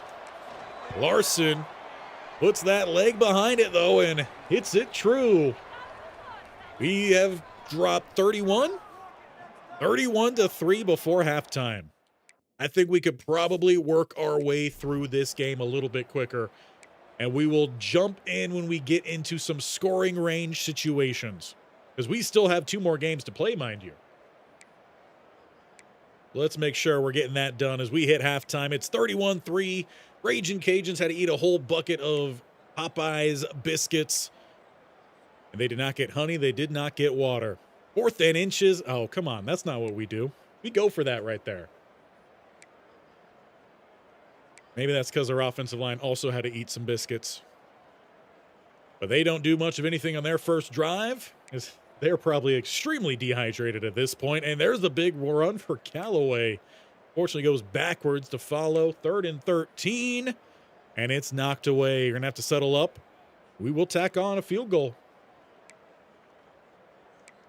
Said we would jump in at, got into scoring range there. Obviously, we didn't do it that time. Going to let this game kind of flow through a little bit more here. As they do not get that 3rd down conversion. But they tried the field goal. They missed 52 yards out. 34-3, the score remains. And a penalty is going to help us out. 1st down, so we're still getting that done even when we're not out on the field. Continuing to move as we hit the 4th quarter. They get the ball, though. Looks like we punted, or no, we actually did go for it. We just didn't get it. But neither team doing a whole lot right now. As this one just keeps going back and forth. You know what? Let's get a 1st down here. Maybe not. Get 4. We'll jump into the next drive. We'll jump in on the next one to try to make sure we get some more action going. There's 14 yards. Then the pass is dropped. 16 yards. Then the pass is dropped or thrown away. 2nd and 10. Then they get 8. We got 3rd and 2 here. And they get it done. They broke the streak there, the back and forth. Penalty there is going to back them up. 2nd and 20. 3rd and 20. They get 3. Are they just trying to get in a field goal range? No, they went for it, and they don't get it. So let's look to run this clock out then. We don't need a bubble screen right now. I want some runs. Or we could do the RPO with a tight end. Our line should have had enough time to get rehydrated. Some pickle juice over on the sideline. Get the ball out here to Green. Haven't seen much from Ryland Green, and, well, there's the cramps from all those biscuits we made him eat because of all the penalties they've had this year. All thanks to Blood Beast. The 2nd and 5. And this one off to Smith as he's tracked down from behind. Actually had a good setup in front. Get the backups in. No need to get the starters any more hurt. You got postseason coming up next with a 3rd and 7. And not enough time to throw. It's the big man finding his way through. So we weren't able to actually do much. I know coaches are supposed to lift your spirits in a hard game like this one, but I feel like the Raging Cajuns head coach wouldn't. Throwing shade? The Raging Cajuns? Well, they give up a sack there. 3rd and 15. It's another sack. Yeah, I don't think their coach is doing much inspiring right now. Probably more so yelling. A lot of taking the hat off, putting it back on, take it off again. Galloway can't make the man miss. As we're just looking to run out the rest of this clock. Taking our way to the Sun Belt title game. Galloway with a little bit of some space this time, getting forward. He picks up about 7, and Jay Mickle once again not quite feeling too well after the halftime Popeyes. I think that's the storyline and why after this game it's no longer going to be called the Popeyes. What is it? Missed what is it? Popeyes Louisiana Chicken Bowl. That's what it is. Yeah, too many players getting sick after eating Popeyes at halftime. Can't hold on.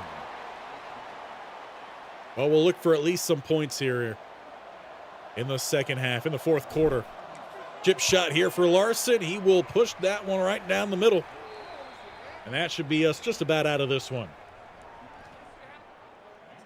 We'll jump back to the sim and see us on through here. Raging Cajuns would like to get a touchdown, though, before this one is all but said and done as we go inside 2 to play. They are at least throwing the ball a lot. Finally taking a negative play there. Thrown away. It's 3rd and 10. They get 4, 4th and 6. And they miss the field goal. We will kneel this one out. That is the dominant way to end. And everyone on this team is getting a bucket of Popeyes chicken. Whether you want it classic, original, or you want it spicy, you can have it your way, even though that's not the Raging or Louisiana. What is their... Is it finger licking good? No, is that Papa? What is their motto? I don't eat at Popeyes enough. Whatever it is, enjoy it. Because now you're headed to the postseason, and I don't know if the Sun Belt gives you anything fun after these games. That is a big win for us. And for Bronson Moreau, that is the first regular season for him done and dusted, but with still 2 more games for us to play. The title game and a bowl game. Got to find out who our opponent's going to be. The fact that we were still able to do that without Bam McReynolds is good news for us. David Amodu, that name always seems to pop up. DJ Reef. Yeah, we're definitely helping out ULM here, bringing in some better talent than otherwise they probably would. And we've got Georgia Southern for the Sun Belt Championship. Let's get to know Georgia Southern when we get to that week, I guess. We could also probably get a first round of job offers. See what those are looking like. We should still be at the end of the season to accept a job somewhere. Contract extended, so no offer yet. But we do get a 5-year contract that we could at least sign for now. Or should we maybe not sign this right now? Would that keep us from getting other offers? I feel like I'm going to not sign that right now. Just in case. But for the not the Raging Cajuns, Georgia Southern, they finished 9-3, 7-1 in conference. They average more points a game than us. They average more passing yards than us by a pretty good amount. But they do not average as many rushing yards. Their big guy, their impact player, is River Helms. 8 touchdowns for him, the tight end. And on paper, they are the better team. But of course, we played mighty well this year. Take a look at these team stats before we get into that game. We'll also take a brief pause before we get into that game. I'll run an ad because I got to use the bathroom. But Georgia Southern, definitely one of the better offenses. Top 3 here in points and offensive yards. Defensively, though, we give up the least amount. They give up the second least amount, but it is a pretty stark difference. And the total yards allowed, I mean, they're still really, really good. Our defense was better, which should provide us a little bit more time to build a good lead. As we had a perfect Sun Belt season, 8-0, we can finish that off by winning this championship. But before we get there, I'm going to run a quick ad. I'm going to use the bathroom real quick, and then we will be right back. We'll see you shortly.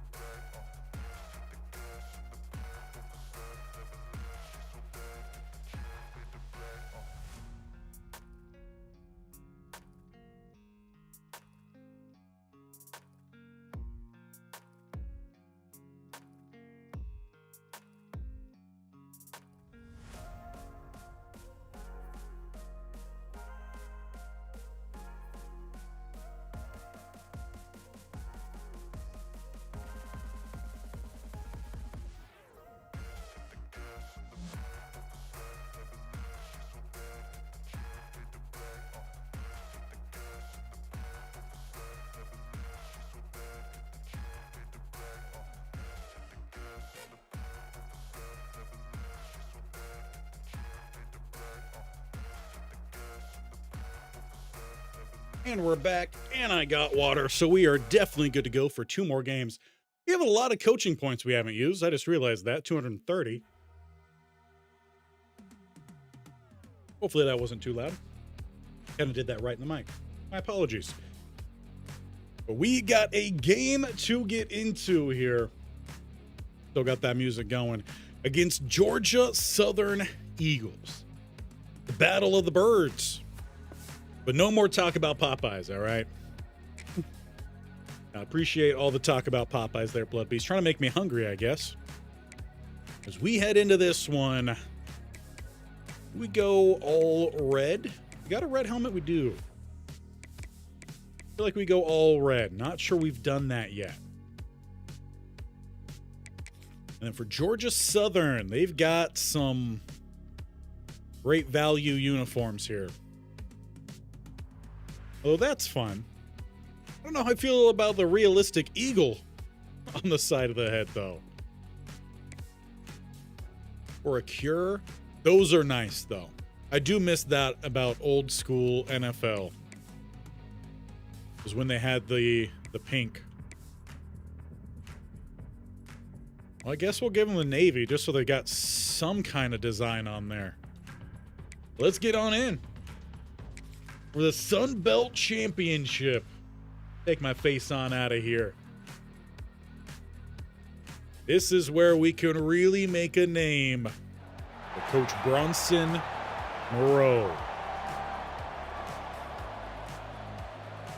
After returning to football after several years of disappearing, where he was the leading quarterback in the NFC West, helped take Seattle to a Super Bowl, and then retired the year after. He came back as the coordinator here for the ULM Warhawks and elevated them to a perfect Sun Belt regular season. But a chance to claim the title in his first year back. And it will be his offense out first as we get the ball. We are underway. Title game. And Evans with a good return will take it up to the 24. We don't care about that guy. He's just the face of the team, but the brains is up in the booth. And that is Bronson Moreau. And the DC. DC has also had a really good season this year. Both of us looking to get some contract offers elsewhere. As we start, it is Bam McReynolds finding a gap somehow, some way. I don't know how. Definitely wouldn't have been me. I would have been stuck in the backfield. 1st and 10. Great run there from Bam, probably feeling a little bit more recovered. Had the extra week in there. Armenta with a pretty decent pass. Unfortunately, Green couldn't hold on.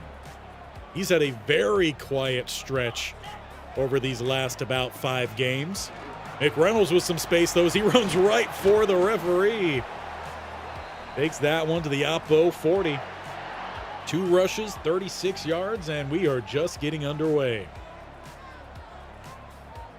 Defense, though, playing off. They're going to force us to run, and that is a mighty fine fill. Davin Hicks. David? Go with Davin. Vaughn, if you really want. Either way, Hicks with a great fill. What are you doing, 75? You got Braylon McReynolds injured. Because you just let the D-line right through. Marcus Downs, he's on our bad side now. Also, why did we change up the right tackle? Why is that a different guy now? Why are we changing up our linemen for this game? We got guys who decided not to play. Armenta couldn't get it to Green, and the opening drive seems to stall out. We're going to have to go with some heavy wrist tape, though, for Braylon McReynolds. We've got to have him out here before I jump too fast here. Change that up to normal. Opening drive stalls out around the midfield line. Eagles start with a gain of 7 to Weston Bryant to Josh Dallas. Oh, then he's going to lose 3, leaving 3rd and 6, and the defense comes through. plus a penalty. We will still get the ball with 14 yards on the return. We'll call that a short field. Bam McReynolds back in the game, just with some extra sturdiness on that wrist. Armenta, though, keeps, and he'll find a couple. Yeah, really not sure why they changed up the tackle situation. I don't think we got a guy that got injured, but maybe we did. Little play action. Trujillo downfield, and Armenta misses him.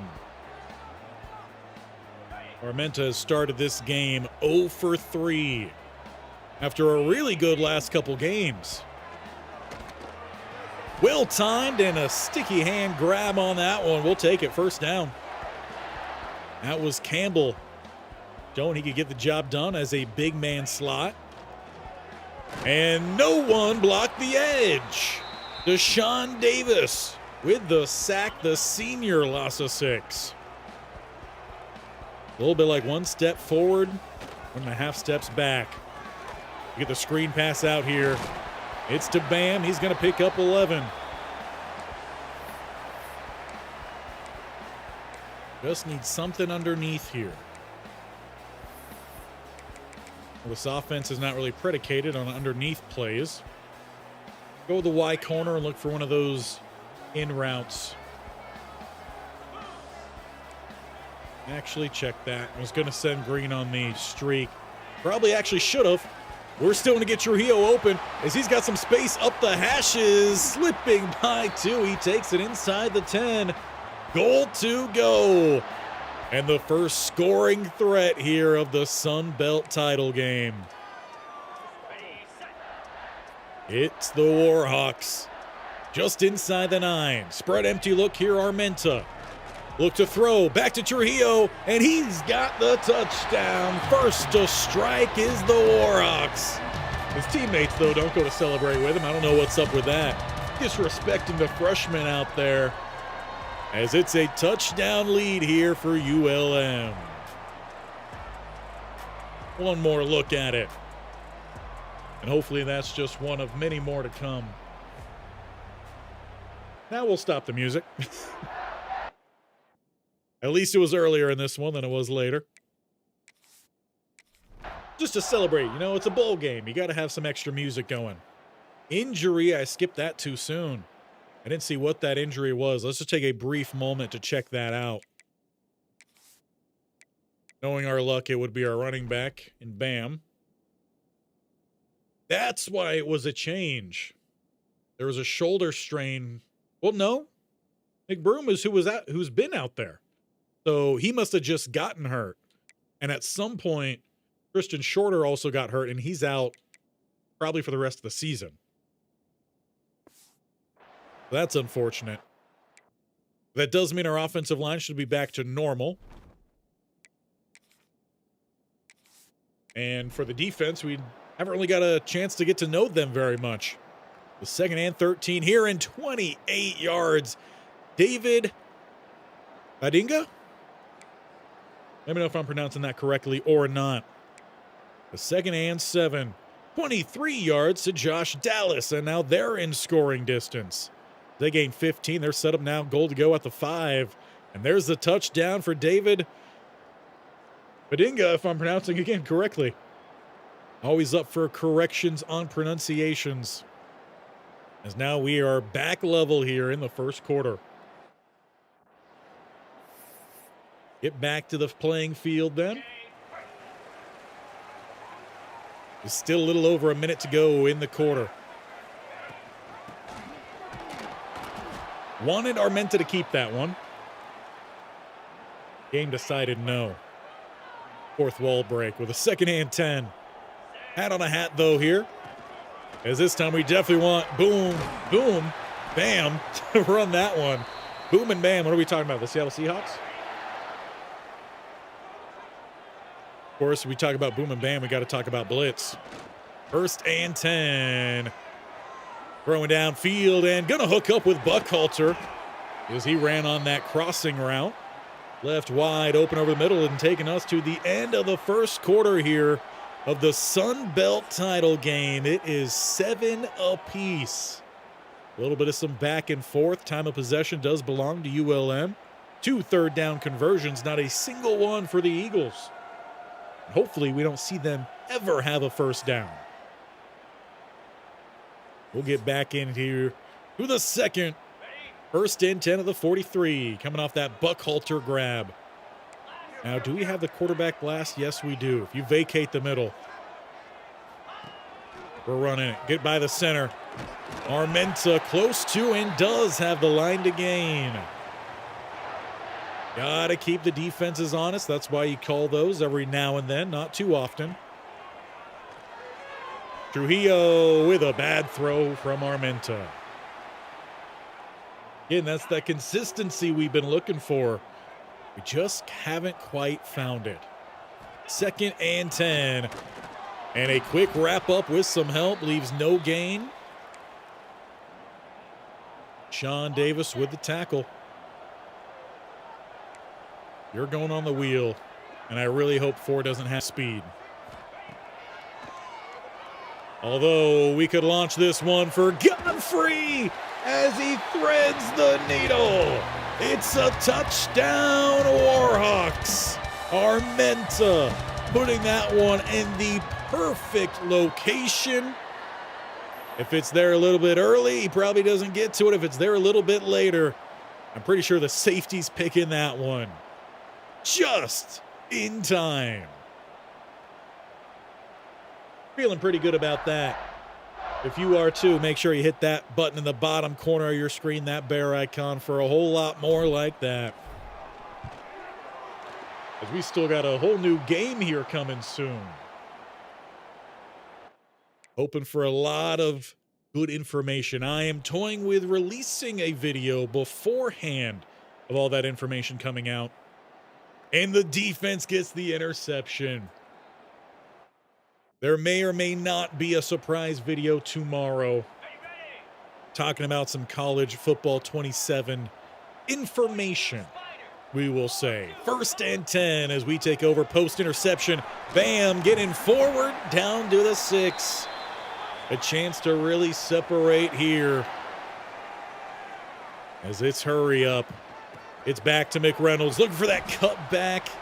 Had the lane for saving the touchdown there. Second and goal at the 2. Tight end in the backfield in green. Try to help lead the way for McReynolds. He's back for more. The top running back in the Sun Belt gets a touchdown in the title game and makes this a 21-7 scoreline. Big thanks to the defense and that interception. Good second, third effort as well there from McReynolds. Like to see more of that. As we now have a 2-score lead a couple minutes into the second quarter. Passes dropped there by Gray. Thrown away then by Bryan. Leaves third and 10, and they gain 13 to Josh Dallas. He seems to be their main man. Big plays have all gone to his way. Seen some good plays from the running back as well as they get plus side. Now, no one's corrected me on that pronunciation, so it was either correct or so bad you want to hear it more. 17-yard grab has them inside the 15, down to the 1. And it's an Eagles touchdown, second on the day here for Badinga. Definitely going to have to check that. It reminds me of Bazinga right now, and I just don't think that's right. But thanks to that interception, we still hold on to the lead despite a lackluster drive there from our defense. So first and 10 then at the 33. And it's Green with great plays by the defense, but a great effort by Green to get something. Called it a gain of 3, 115 yards through the air by Armenta after a slow start to this game. Picking up his play. Now the switch also switches downfield, and it's almost picked off. Tracy Hill just couldn't hold on as he had to jump backwards, get a hand on it. Handoff here, and McReynolds not able to slice through this time. That's a quick offensive drive. Well, back over to the Eagles. Penalty by Carl Glass is not going to help out. Is he out on the field due to that injury? Perhaps. Safety, though, knocks that one away, leaving second and 10. They go backwards, but pick up the 13 needed on third. Incomplete. 3 yards, back to a third down here, and this time the defense gets the stop at the 40. They do punt away. We get the ball at the 20 with a little over 2 minutes to work with. We do have all 3 timeouts as well. Look for something quick here just to get us started. Look for the hurry up as well. Get back to the line. That count doesn't seem too bad here. But 15 working his way through to get the tackle is pretty impressive. Change up the look here. 3rd and 4, and take your time to get out there, why don't you? And it's not going to be enough there. Timeout called by the Eagles. Now, again, I don't plan on actually snapping this ball. 4th and 4, 26. Armenta with one hard count. No one even flinches. Tries it again. A little bit more of a flinch. Someone's going to move eventually, and it's going to be Bam in the backfield. So that is indeed a punt. We got that 14-point lead, but since then, the offense not moving very well. Have to punt that one away, giving them a chance with 2 timeouts. Did we seriously just go for it there? Well, we weren't up that far. I don't know what happened, but it's 3rd and 10, and they didn't go anywhere either. So we will still get the ball back. This time it's just with about a minute and a half. So both teams slowing down here in the second quarter then. We've got 2 timeouts to work with. And caught by Godfrey, taking a big hit. Arlo Thompson shaken up on the play. He might have got a wrist or a hand stuck in there on that hit. He'll head to the sideline as it stops that clock. No timeouts have to be used. Or at least for us. Georgia Southern did have to use one. Inside 2 minutes. Hit that ball into the hands of Bam as he tried to let that last block develop. Fortunately, he got surrounded. Still a big game for us. We at least have a fresh set to work with here. And it's intercepted. Armenta leading his receiver Godfrey just too much, and this time Hill does get the interception. And with that 1 timeout, you've got plenty of time. Only 35 yards away from pay dirt. Gracie Hill Jr.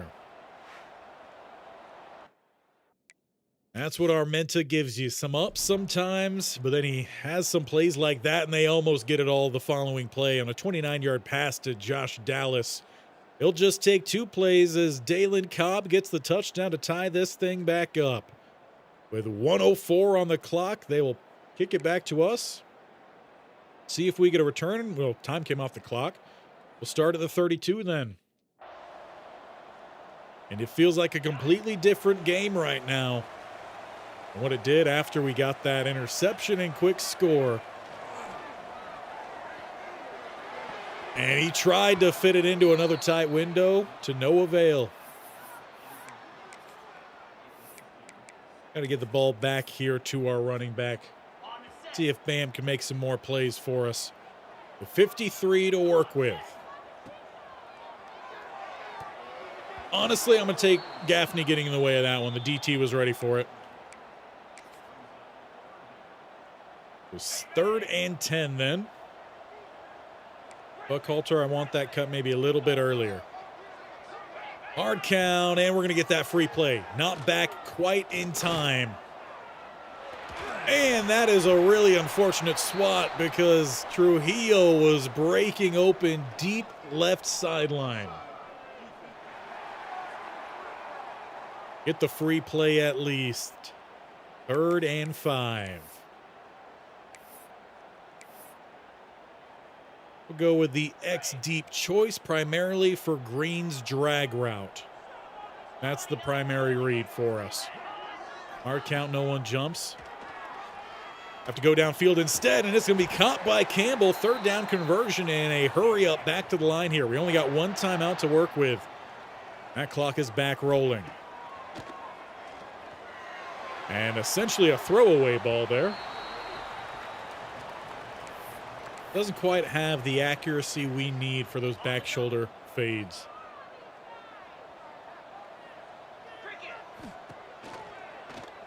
Try to get something quick here. Godfrey. Go with the drive now. Still looking for that drag.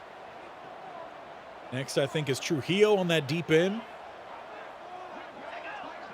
Nothing free.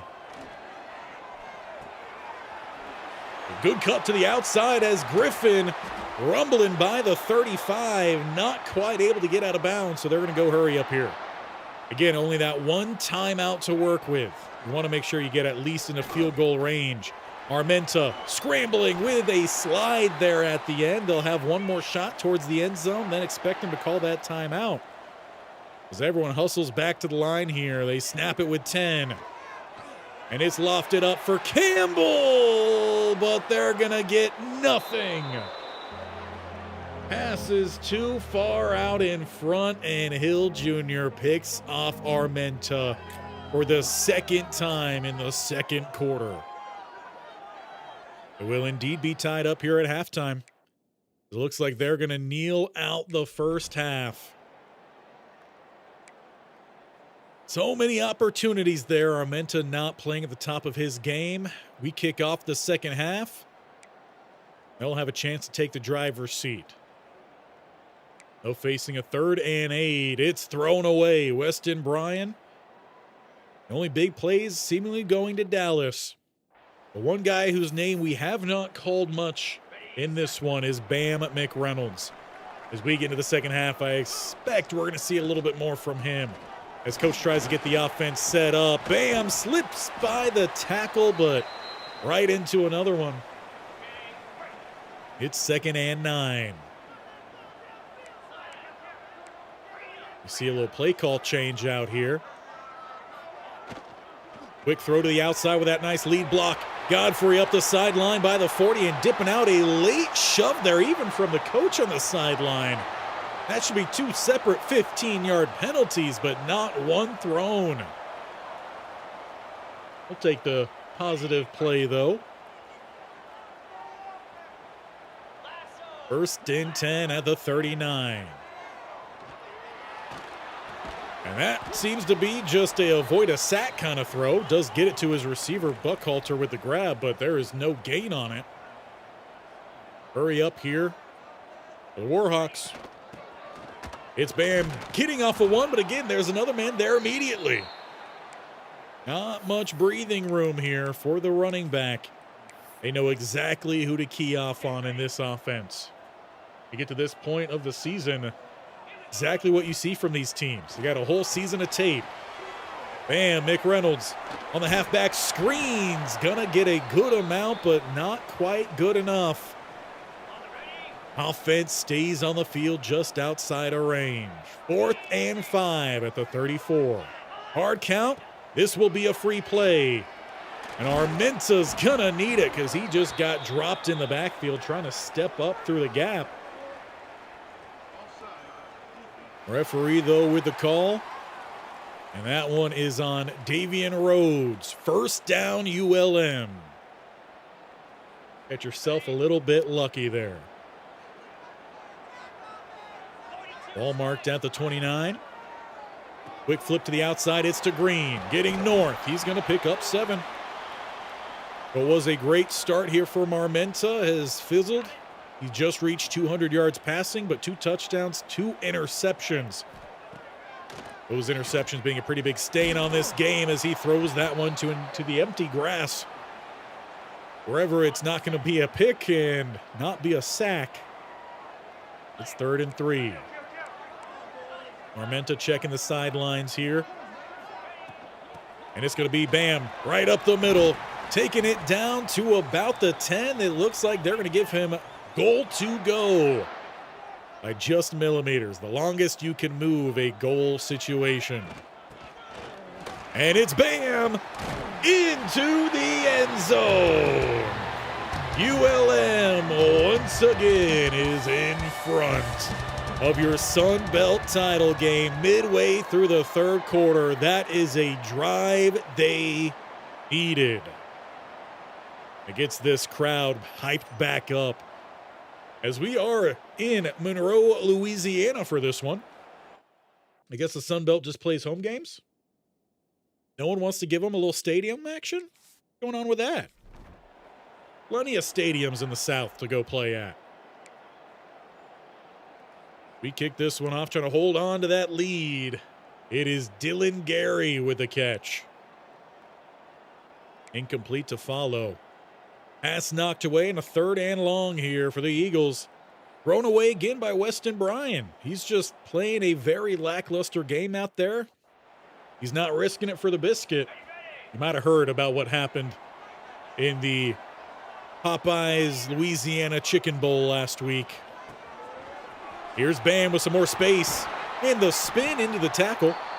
He is, however, over 100 yards rushing. A little bit of a quiet, impactful game for him. Of course, he did leave this game at one point to get that tape. And another throw out of a sack. Whatever we can do to avoid penalties, overall loss of yardage.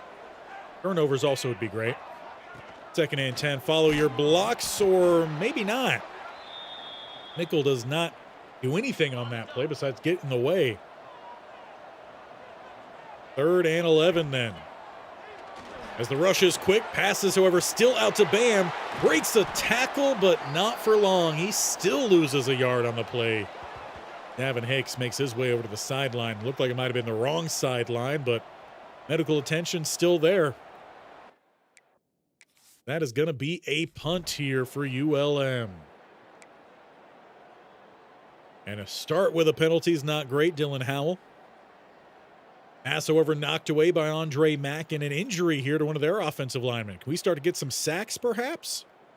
Or give up 21 yards? They must have brought in a better run blocker. However, they face a 3rd and 9 here. Giving up 6 is not enough. 4th and 3 by midfield. They could look to go for it, but instead they punt it away. We'll take over just in front of the 4th quarter break in a 1-score ball game. Got the safety help over the top. We're not going to change. We are, however, going to give this to Bam following Fisher as he picks up the 1st down on his 20th carry of the night. It's a $114, and that will take us to the break. We'll let this clock roll. If they wanted to throw the penalty there, I would have taken it. A little cheeky. To end the 3rd, we head to the final quarter of Sun Belt play. ULM in front. These two teams pretty close across the board, though. It's the running success and double the amount of 3rd down conversions that has ULM in front. We head into the final quarter then. 9 minutes to decide your Sun Belt victor. It's spread empty.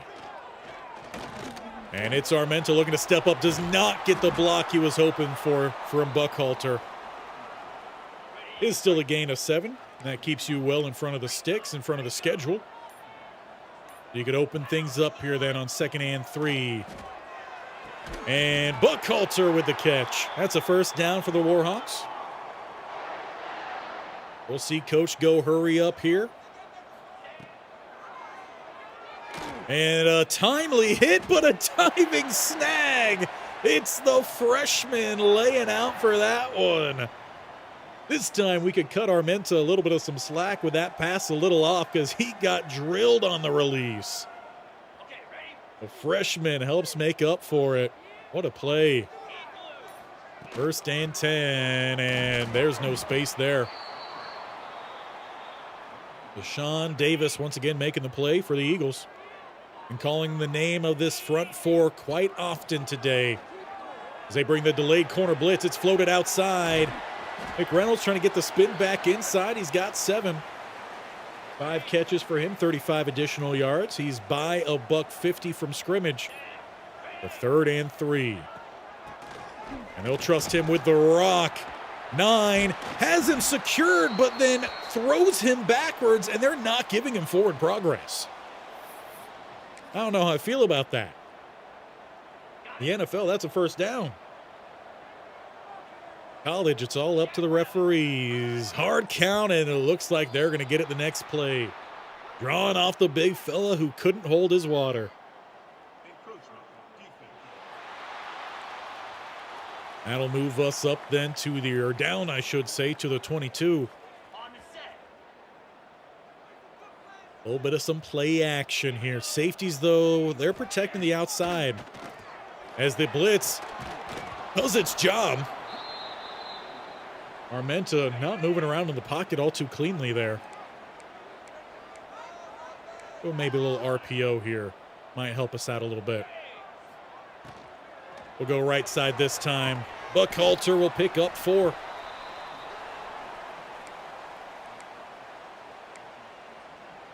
Not liking what I'm seeing there. Let's look for something quick.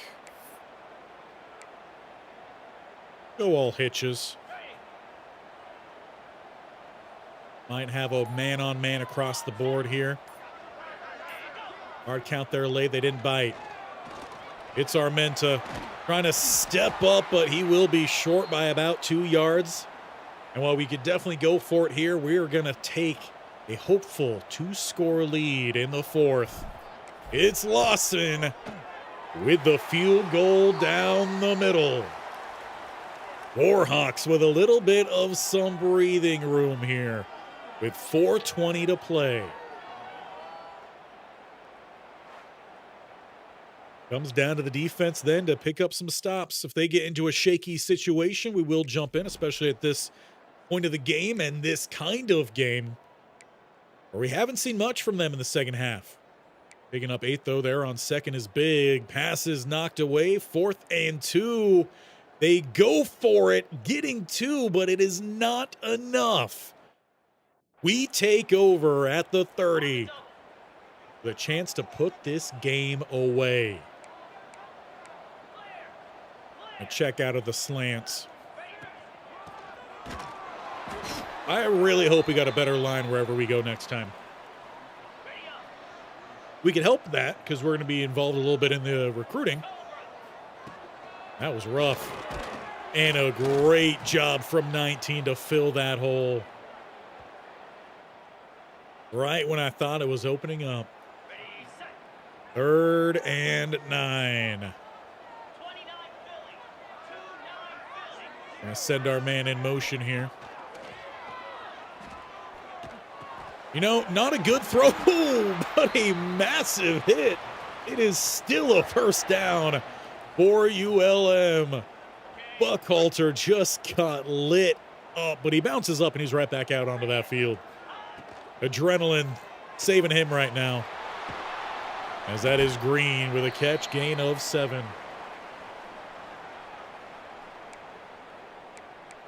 Looking for a touchdown as the nail in the coffin. It's 2nd and 3. 2:48 on the clock. They just keep protecting the RPOs. Big spin, and the boy can't hold his feet. Come on, my man. You've been so good this year, but you get tripped up. 3rd and 1. He's going to have the first down here, though, down to the 3. And that'll be the 2-minute break. A little bit of a breather for both sides. And they don't have a single timeout to utilize. We will take this kneel down. Why aren't you running the clock all the way down? I guess we're just going to have to sit and do it ourselves. I wasted the music and everything there for you, game. We'll let it slow roll, I guess. As the game didn't realize that it could have been done. Now, I could have called another kneel down there. Instead, called a run play here. For Bam. We'll let him score one more time at home. for ULM. But this is now a 3-score ball game. It is all over for Georgia Southern. Coach Bronson Moreau has given ULM their best season yet. And they still got a bowl game. We're not done here yet. We still got some plays to be made. Bolin is still making them. He's getting those sacks in here late. But that is going to be a punt, and there will be a kneel down. And that is your game. Sun Belt champions, Coach Moreau and the ULM Warhawks.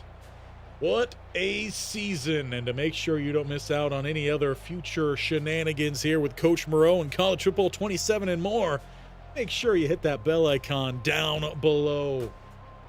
But what a season that is not done yet.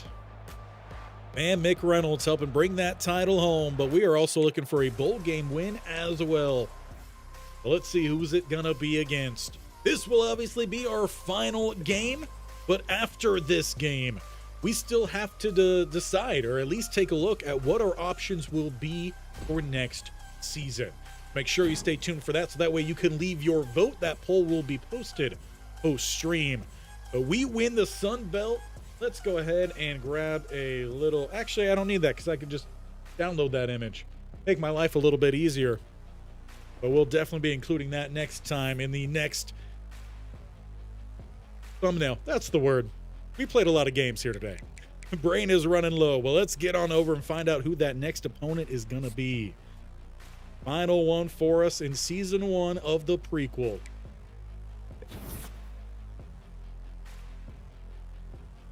We don't get any commits after that? Come on now. What are we doing, ULM? Now, one thing of some concern here, I'm not seeing the running back unless Armenta is at a orange. Have we done too well for our running back and Bam McReynolds, who takes home the Sun Belt Offensive Player of the Week? 130 yards rushing, around another 50 or so, I believe it was, receiving. About $180 for him on the day. That also has him with the National Player. We might have been the only team playing. I don't know. I'm still going to take it. And Bear Bryant Award goes to our head coach for all the work we did this year for him. You're welcome. I'll take that as a slight win for Bronson Moreau. Heisman does go to the quarterback, Avery Johnson of Kansas State. That's a bit of a surprise. I've never had that pop up in all the 1 years we've gone through. Braylon McReynolds does take home the Doak Walker Award. I do want to check on the Heisman to see if we were even in that running. And we get the Myrtle Beach Bowl against Charlotte. Honestly, I feel like that's a little rude. We'll see what Charlotte's done this year before we make our final call on that. That is a good shout out to Emeka KO Day. Did we play in the Myrtle Beach Bowl in that one? Either way, it's Charlotte 49ers who went 6-6, barely making a bowl game, with a 4-4 conference record as well. We're basically the same team. Yeah, I'm not sure how I feel about that. I feel a little disrespected. They do average a little bit more in terms of passing than us, but it's pretty much just vice versa to the passing to the running. We average 1 more point per game than they do. And here is our first look at the teams looking at Coach Bronson Moreau. Offensive coordinator, if we were to go to Rice. Troy's seen enough. They said, hey, just come take over here because it's not looking good. We could also be an OC over with Kennesaw State or the OC for Missouri State. So I don't see anything here that's telling me out the gate we need to move. Now, we could definitely still get some other offers. We're not even the top candidate right now for Rice. So that's interesting. It even has the job offer as a job downgrade. All but the head coach ones are. So keep that in mind. We'll see what things are looking like after this game. But we do still have one more game to get through I feel like there was something else I was going to look at beforehand, but I think we're just good to go. Let's take a look at who's going to be our Myrtle Beach Bowl champions as we proceed without the awards, I guess. And we're not even the home team. Even more disrespect. I want them to wear... I do like the throwback. They can wear the gold chrome. This is a big-time game. They can wear the gold pants as well. We are going to wear... What are we going to wear? I don't feel like we've worn this white helmet yet. So we might wear that one. We've worn the black. We've worn the P40. Worn the red multiple times today. Or the Warhawk. I think we're going to go with the white. And we'll just go iced out here for the final game. Let's get it. Let's finish things strong. Take my face on out of here. Looking for the full sweep on the season here. We have not lost a game since, I believe, week 4. As we head down to Myrtle Beach for the Myrtle Beach Bowl. Say that name several times fast. The one final game on the season and a way to try to bring in some higher tier offers for Coach Bronson Moreau. The OC not getting the love the DC and the head coach both got this year, despite elevating the ULM Warhawks to their best season yet. Looking to finish strong at Brooks Stadium, Coastal Carolina. And it will be the defense not out first. Actually, wait. We are punting, so we'll be the defense out first, or kicking, I should say. Let's get ourselves set up here and see what this game looks like out the gates. They were the favored team technically on paper, despite having a far worse record than ourselves. The defense shows up out the gate by stuffing them. We'll start then at the 28-yard line. And what could potentially be our final game with Bam McReynolds. And a lot more other players. But it's Bam with a strong run of 11 to get us started. In fact, they're going to give him 12.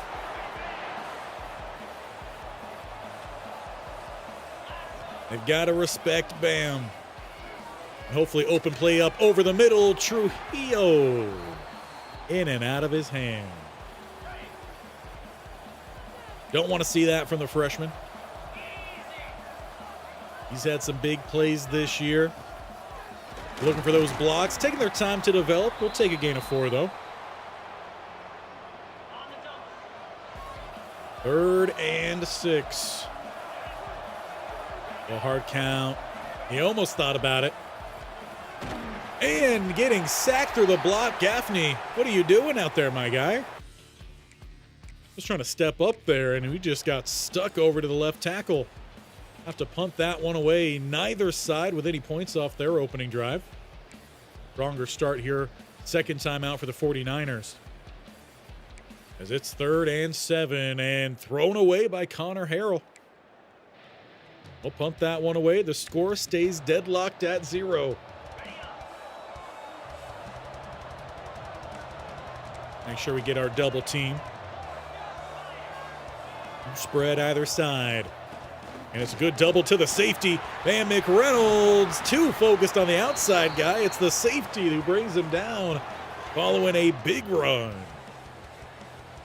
I'm going to miss this guy if we can't get him to come along with us. What are we looking like out there? Good matchups on the outside with some play action. Let it rip. Incomplete. He had it in his hands for a moment. 2nd and 10. And it's Armenta. Left side, he's going to pick up 9. That'll leave a short 3rd and 1 at the midfield line. 49ers crowding the box. But it's the RPO swing out to Green. As he slips a tackle, he's still going. Down at the 20 and spinning down at the 17 goes Ryland Green. We haven't got to hype that man up all day today. Despite the fact he's been one of our better receiving targets this year. Setting us up here for Bam to follow, but a flag comes in. Wouldn't be the final game without some penalty throws inside the red zone. That one's on Jay Mickle, starting right guard. Donovan Spellman, though, injured for Charlotte on the play. We spent a lot of time looking at their crowd. Must have been a gruesome injury then. First and 20 back at the 27. And it's Bam trying to work through, and they're going to say it's a fumble. I don't think anyone in this stadium agrees with that outside the guy who's got the ball in his hands right now. Charlotte can celebrate, but this is going to be a challenge for sure. Oh, sorry, headphone users. Hit the microphone there. The first challenge of the bowl game. Bam has his ankle, knee, elbow, and hip all on the ground by the time that ball comes out. That'll be a quick overturn. It's still a 2nd and 21, but it is at least still inside field goal range. And an immediate flag right off the snap. That's what we love to see, as it's currently a touchdown if this stands, and it looks like the penalty is on Charlotte. They did not line up on side. The corner was over, and even then he still didn't get the cover. That's a touchdown for ULM Warhawks to finally open things up here in Myrtle Beach. And it's the guy who we hope to bring on with us next year. I'm going to take a quick moment here. The lady just got home to say hello to her, and then we'll jump right back in. In the meantime, enjoy the music. I'm pretty sure I forgot to pause.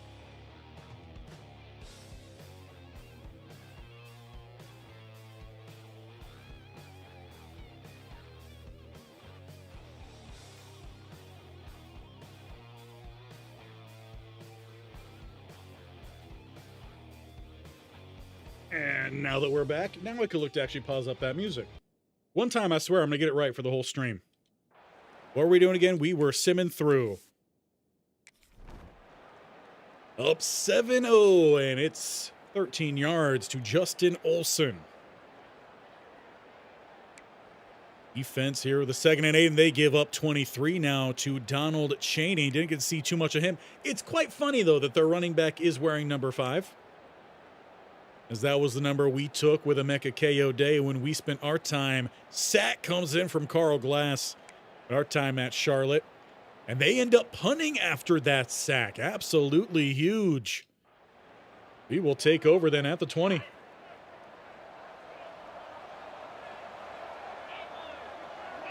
They have a double A gap look here. It's going to be out quick. Probably not a smart idea there from Armenta.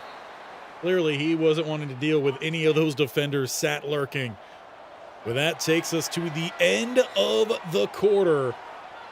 In the final game of the season, it is ULM on top with a big hit on the fade to the freshman receiver in Trujillo. Outside of that, everything's been rather close between these two teams.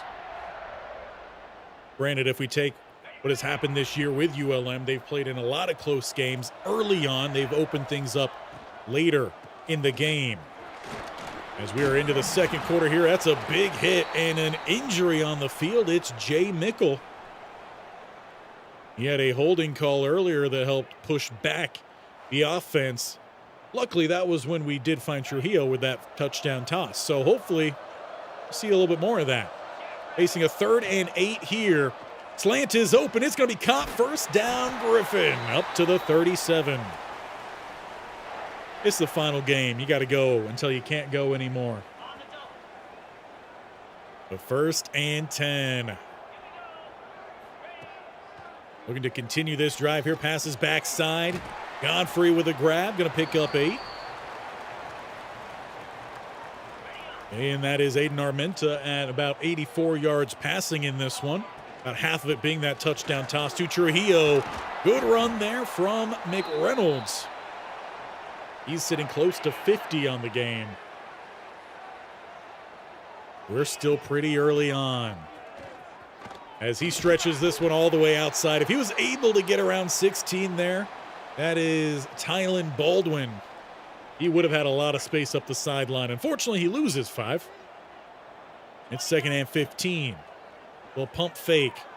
Pass is going to hit the blue turf. And that'll be a 3rd and a long 15. Donovan Spellman getting credit with the hit on quarterback. Is this going to be a halfback screen? The #1 play call in the long down and distances, and it does a great job getting the ball up to the 40, where they could look to go for it here. 4th and 3, though this is a long 3. More like 3.5 yards. Hard count, and there's some early movement. Fisher was waiting for him to move so he could jump. Force the referee to throw that flag. That'll be a free 1st down thanks to DJ Burgess. Moves the ball up to the 35, or I should say down to the 35. ULM is plus side now. And it's going to be Armenta looking to scramble out, but it's going to be in vain. Holding call's going to back this one up. It's on Gaffney.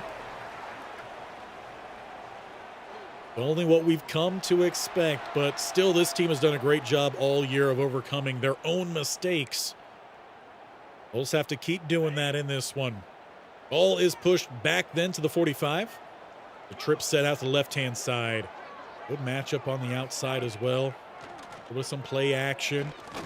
Having to evade. There goes Armenta looking to scramble out and diving down. Forcing a 2nd and 7.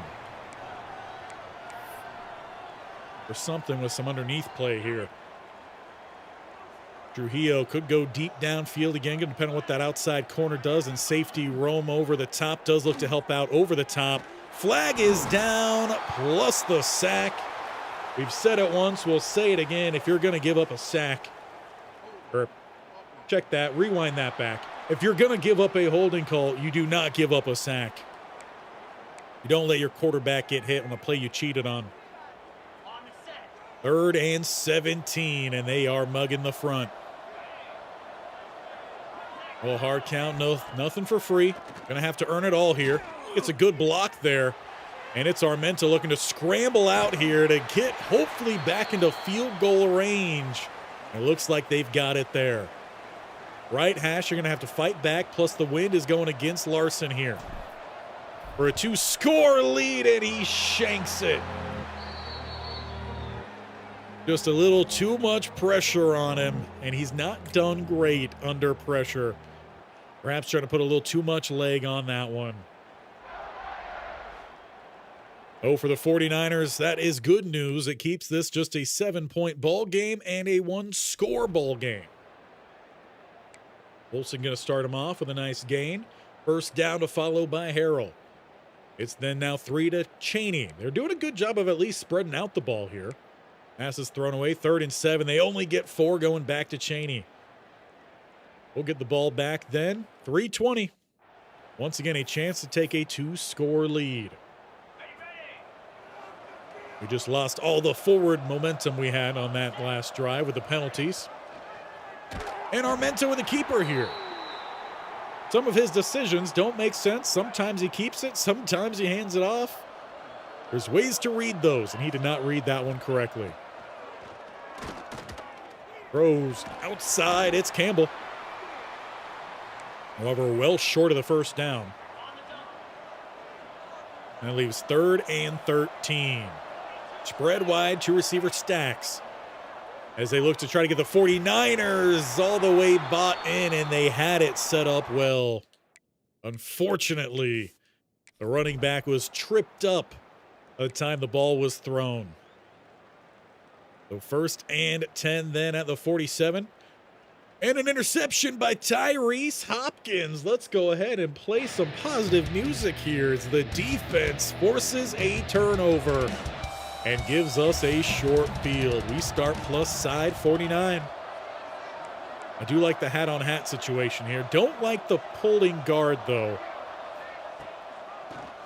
Does a decent enough job. We'll hand that one off. Bam McReynolds for 7. Go to a traditional run here. Traditional, they're both traditional runs. More of a zone run there. Now switching to the play we had previously. So it's a little bit of back and forth, just depending on that hat count. Armenta going to take this one out to the left side by the 30 and sliding down as he's at about the 22. We don't need him getting hit and coughing up the ball. We need a touchdown here. Not as much scoring as I would like to see in this bowl game. 1st and 10. Cover well outside. They forget about the running back until, honestly, it's good that that pass fell short. The outside corner went crashing down on it at the last moment. 2nd and 10. They are covering the outside, leaving the middle completely open. Make sure we get our calls in here, and let's go. It's Armenta. Forward, weaving through the defense. He's down to the 2, and a timeout called by Charlotte. They want to have enough time to get that ball back and try to answer. In comes Galloway and rends the fullback. And it's Galloway cutting across the grain for the touchdown. It's a 2-score lead here in Myrtle Beach. ULM looking to finish this season strong.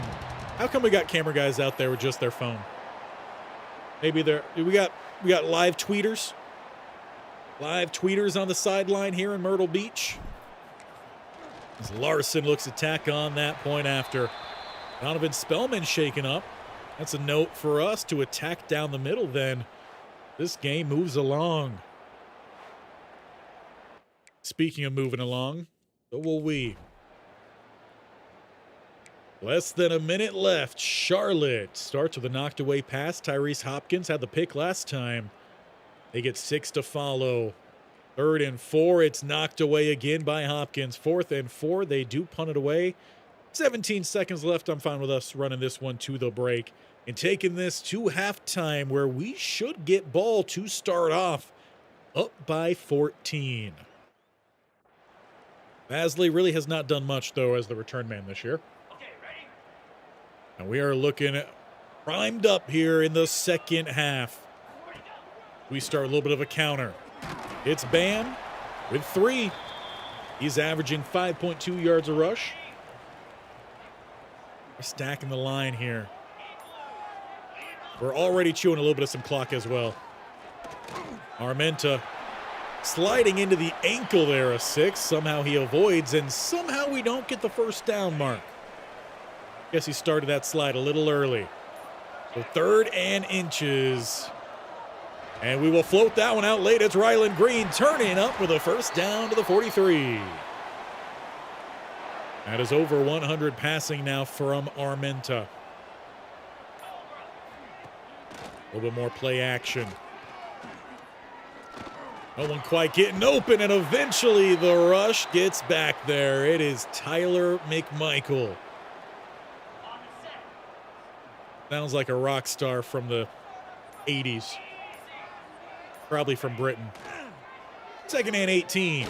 Pass is downfield and caught. Ryland Green making it a 3rd and 1 with some hurry up. We've been waiting to see this Ryland Green return. Make sure we get that front side double to backer. And it is close. Bam, though, appears to have enough. 1st and 10, started with some slow, methodical play. Now it's going hurry up and incomplete to Godfrey. That'll give everyone a bit of a breather. The 2nd and 10. And it's Armenta on the keeper, not going to get much. Jay Mickle for the 3rd time today down on the field. Got to give the man credit, though, for trying to fight through. Go slant swing. Except swing, let's go slant wheel. Trujillo going the other way. Towards the sideline. That is not counted as a catch. Booth review. I was going to review this myself. So I was just trying to get that extra look. For the second time today, we go to review. Ooh, that is bang, bang.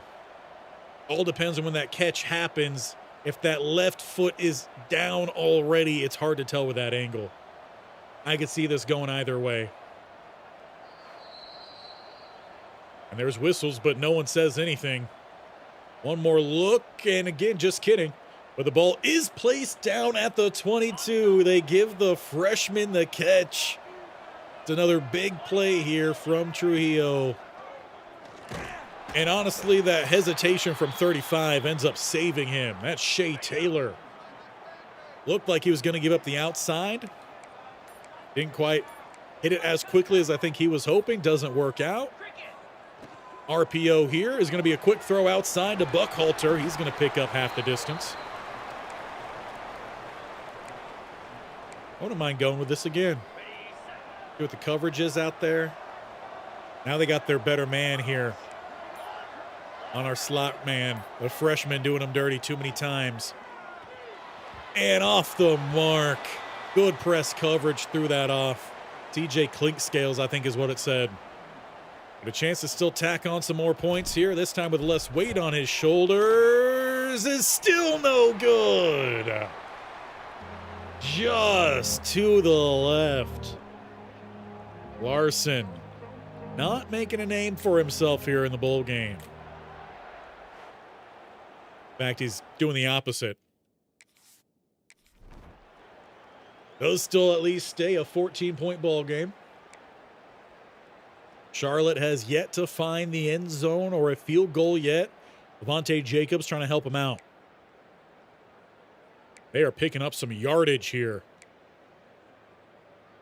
Incomplete. Down at the 32, and then they hit 15 more.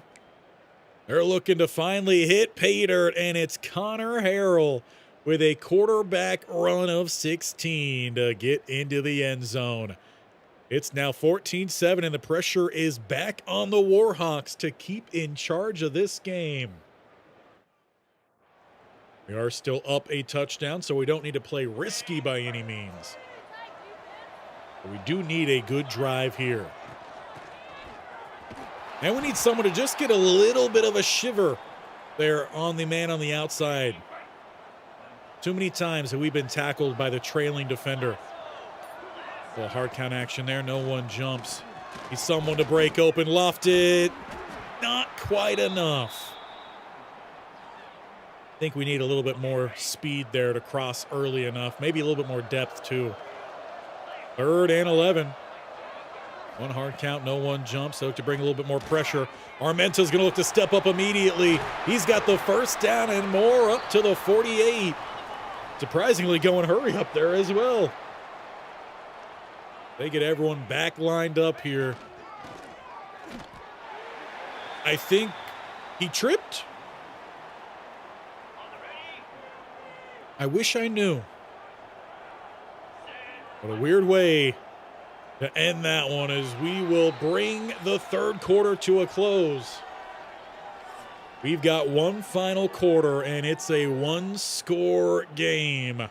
Time of possession, though, largely in favor of the Warhawks. Not a third down conversion for the 49ers.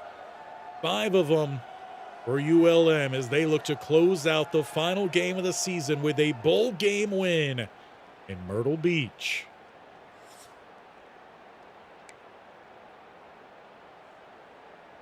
However, they do face a 2nd and 12 to get the 4th underway. The tight end is going to motion all the way to the outside, leaving to a handoff, and McReynolds gets clotheslined by his own right tackle. Defenders also in the area. The 3rd and 15. The hard count, nothing comes for free. And here comes the rush, a flag down as well. We've said it once, we'll say it again correctly this time. If you have a holding call, your quarterback stays clean. Crosswell, I'm talking to you. That is the end of that drive. And a chance here for Charlotte. That is not where the punt went. They must have had a pretty good return. And a good start here. They get 14. They get inside the red zone. We will definitely jump in. I said that too soon. Let's slow it down. Charlotte trying to tie this game up. The first time since, I believe, the first quarter. Might have been early second quarter. They go quick RPO hit, and a big hit at that coming from the corner. Levels the receiver. Gain of 2. Going to be a shotgun spread look here. With some motion from the slot man all the way up top and swiveling him back down to the bottom. Doesn't look like man coverage, though, from the defense. Harrell's got time. Checks down. After all that motioning, guy picks up a few. 6 catches, 56 yards for Olsen. A 3-man front here on a 3rd and 4 inside the 15. Quick throws to the running back. He's got the first down to the 3. Though Levante Jacobs shaking up one of the D linemen for the Warhawks. Right when they could look to go with a run here, it looks like they bring in an outside guy to play one of the 3-tech spots.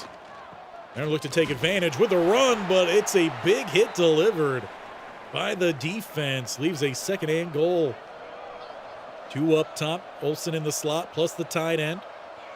Pistol look. Harrell hands this one off, and it is filled quickly from the linebackers. Hudson with the stop. It is a gain of about 2, leaving 3rd and goal. And it's a quarterback sneak, and Harrell's got it.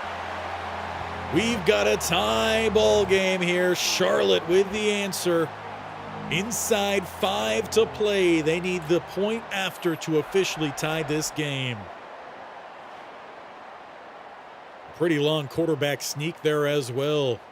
Warhawks just didn't get a push after that injury up front. And there it is. Tied up 14-14.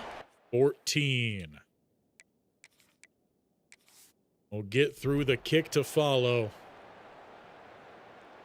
We'll be starting at the 27.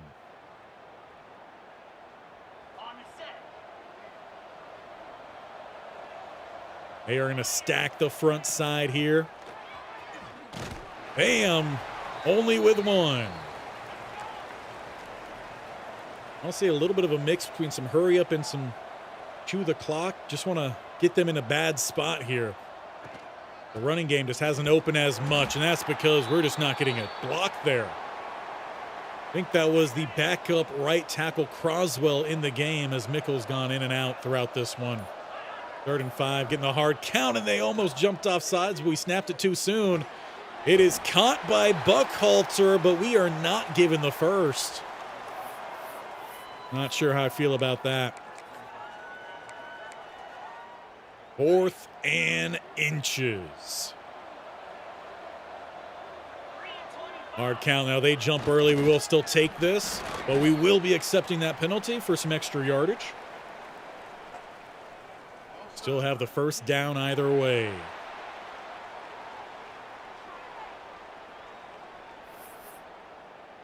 Would love to get this running game involved. Haven't been able to see much from Bam. Roswell a little bit in our way, but we'll still pick up 6 there. As we are now inside 3 minutes to play. Swinging out there late, getting a little bit of a pick play set up. It's Green headed downfield and by the 30 before he's caught. It'll be at the 26 with limited time to play. And I would love to not give them one more chance with that ball.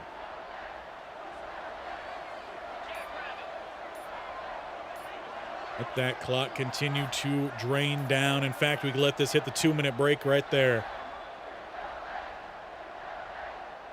We don't need anything crazy here. We just need some simple play. No mistakes. Cross your fingers, knock on wood. And a big cut there. Another cut. Lining that one up dead center. Wouldn't mind switching to some more straight downhill running. As Charlotte not choosing to call any of their timeouts here yet. Galloway checks into the game. What has been a fairly low-scoring game. Uses that fullback to get the first down. Now that was a risky stretch there at the end. Did have a bad play a few games ago here late when he had an opportunity. McReynolds getting that breather. Coach quickly switches them out. It's Bam cutting back against the grain, but he's taking his time here as Charlotte's calling their timeouts. They've got one more remaining. It's only 2nd and 9 here. Make sure we get that double to front side. Still need someone on the backside there for that little shiver, but the final timeout is called here for Charlotte. It's 3rd and 8. Field goal not lined up cleanly right now here either. But it is Bam McReynolds trying to set that up. We'll see this clock run all the way down. Then we're going to call the timeout. Although honestly, it is looking rather chill out here, so maybe we don't call that timeout.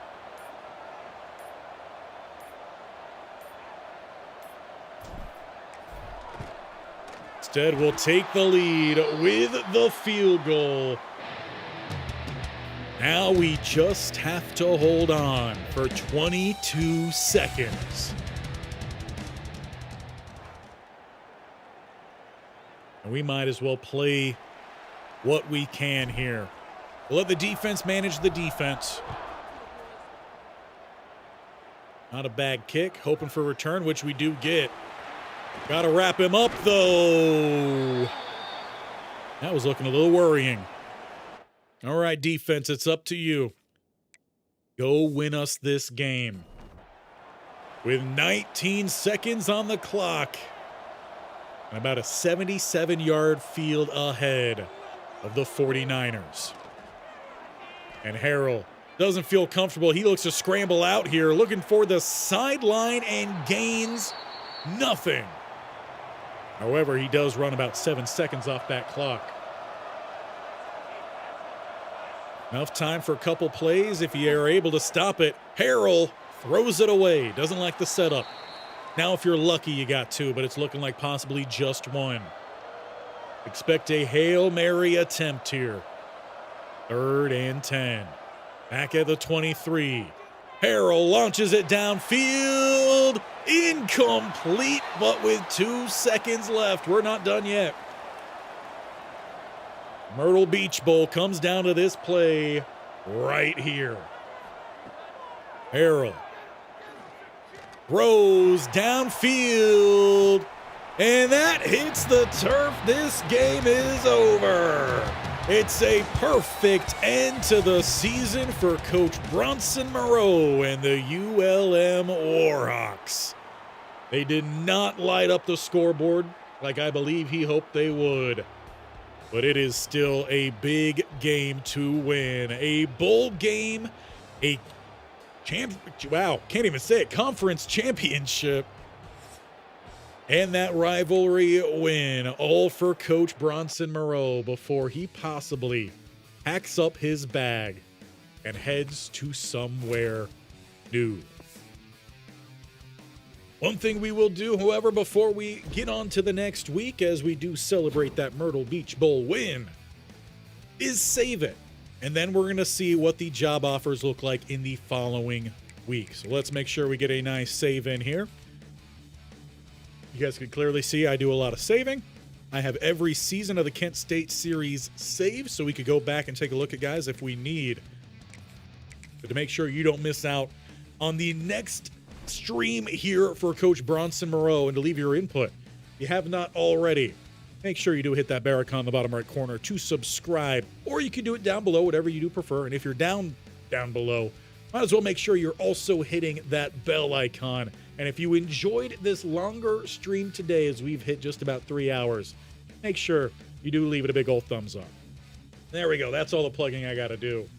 Make sure we reset all of those. We got the music bumping here. Let's wrap things up strong. So as a reminder, before that game, Rice, Kennesaw State, and Missouri State. None of these were really an improvement. You could maybe argue Rice is a slight improvement. Let's see what happens if we go to the next week with a bowl game win under our belt. What is it looking like here for Coach Moreau? ULM 65, 66 offense, 64 defense. Tyrese Hopkins does take the Sun Belt Player of the Week. I think we were the only Sun Belt team playing that week. Few job offers. What do we got? There are some new offers. All of them, though, are head coach offers. Georgia Southern's like, hey, I saw what you did this year. Please. Now, that goes back to Blood Beast asking earlier, what would we do if we got an offer? And these are some big-time schools, frankly. I don't think we should be a head coach. Now, if we don't get any sort of offensive coordinator offer, because I don't know if we send one more week, if these are going to change. But if we don't get an offensive coordinator, what we will have to do is take that head coach job and just lore-wise say that we moved there for offensive coordinator. And we still don't play the defense. That would just be something we would have to do. But we will go ahead and save it again here, as we know we are still getting those offers. Until we get some OC offers in the mix. Or then just have a decision to make about the head coach job. Let's go one more week here. I mean, we're not at the end of the season yet, so there are still jobs that I think should open up.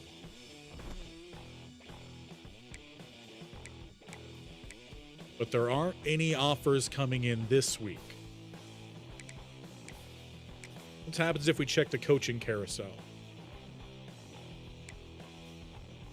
Right now, the openings, there is the offensive coordinator job opening, but they're not interested in us at South Carolina.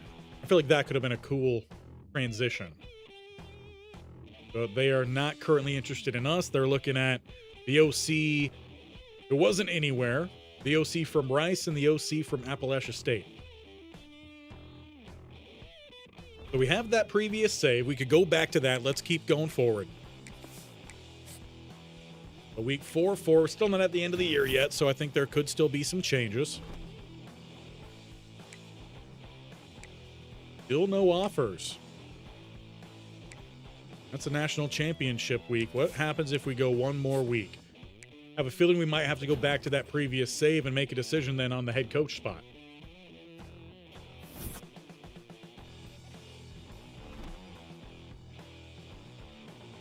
And it's end of season recap. So indeed, we were not offered any sort of offensive coordinator roles that were a move up. So we'll have to go back then to that previous save and make a decision, and we'll just have to role play a little bit. Shout out Stanford. Hopefully Coach Luck, he's not even Coach Luck. Hopefully Luck just has him on a better path this year. Go back to the save. And then this will be the decision you guys will have to make. And it's going to have to be forced a little bit because these are all head coach opportunities. We're just going to have to role play that it's a coordinator job. But we will then see ourselves on the sideline at least, so there is that. So you can let me know in the chat, in the comments, let me know in the post that I will poll, the poll post. There we go. What school we should be moving to next time. Be a head coach. With Louisiana Tech, that's really not much of an upgrade. They count it as an upgrade because we are going from an offensive coordinator to a head coach. But again, lore-wise, we're not. We could look to move up and be the coordinator for Memphis. Now, I know there was a lot of calls about potentially having Memphis be our college football 27 team, if that was the team that is chosen, as we have not decided yet. If we were to choose Memphis, that could mean we just go from being the offensive coordinator to the head coach. Or maybe this is the assistant head coach job. All lore that could be decided when we actually find out and based off of what you guys vote. We could be the OC for UTSA. That is definitely an upgrade overall wise. And we could be, again, it's an upgrade overall wise, the assistant coach or whatever it is you guys want to say it is for Georgia Southern. So let me know your guys' thoughts on that. I will post it in the poll on the community tab right after this stream. Let me know your thoughts. But that is where we are going to bring this to a close. We'll take a quick peek at the final stats of the season. Aiden Armenta looks like he's going to be transferring away from them, which is probably fine for them. Decent year overall. Again, there was some promise there, but he definitely needs some improvement. Braylon or Bam McReynolds, and we did get that playing style up to a B, so he may not look to transfer, which would be very unfortunate, and that we wouldn't be able to try to get him wherever we do decide to go next time. But 1,400 yards, average 6 yards a carry, over 100 yards a game, 12 20-plus yard runs, 12 touchdowns. I mean, absolutely phenomenal. He did also lead us in receiving, not receiving or receptions, I should say. That does still go to Rylan Green, but he does lead us in yards. These top three very close. Trujillo, another guy that we might keep an eye on, and indeed he looks like he might be hitting the transfer portal. And it was Trujillo, Green, and surprisingly Godfrey leading us in touchdown receptions. Blocking wise, that was horrific this year. The fact that no one's in double digits says a lot about how we manage that, but decision to make for you guys next time. As mentioned, I will be posting that in the poll on the community tab. So leave your thoughts, leave your ideas in the comments on that as well, or even here on what the lore is, as we are technically accepting a head coach job. It very well could be assistant head coach, and that might be the lore. Again, leave your thoughts on that. Leave your thoughts on the teams we should take over in college football 27, and we will be back next time. Let me give you a rough idea of when that will be. Obviously, it will be on Saturday, and that will be probably around a 3-4 o'clock start time. That's another early day for me, but it works out well for you all. And then, wait, no, I think I was looking at Sunday, actually. Saturday, I'm off, so let's be back actually here around 2 o'clock like today. And then Sunday with a Mecha KO day will probably be around that 4-ish o'clock start time. Maybe 3 if we get there early. Blood Beast here coming in just before the end. WSU, Coach WSU. Well, maybe that could be in play for a College Football 27 series, but it's not going to be in play here. We'll see you guys next time. I appreciate you all being here again. If you did enjoy, make sure you leave the video or stream a big old thumbs up. And we will be back on Saturday around 2 o'clock, Sunday around 4 o'clock, and we will still have Friday's video with Kent State, and perhaps I'm able to get it done early enough. We might also have a College Football 27 talk about video tomorrow. If we don't get that, we will have one probably next week with information dropping. So until then, again, appreciate you guys being here. Hope you have a great rest of your day. We will see you all later.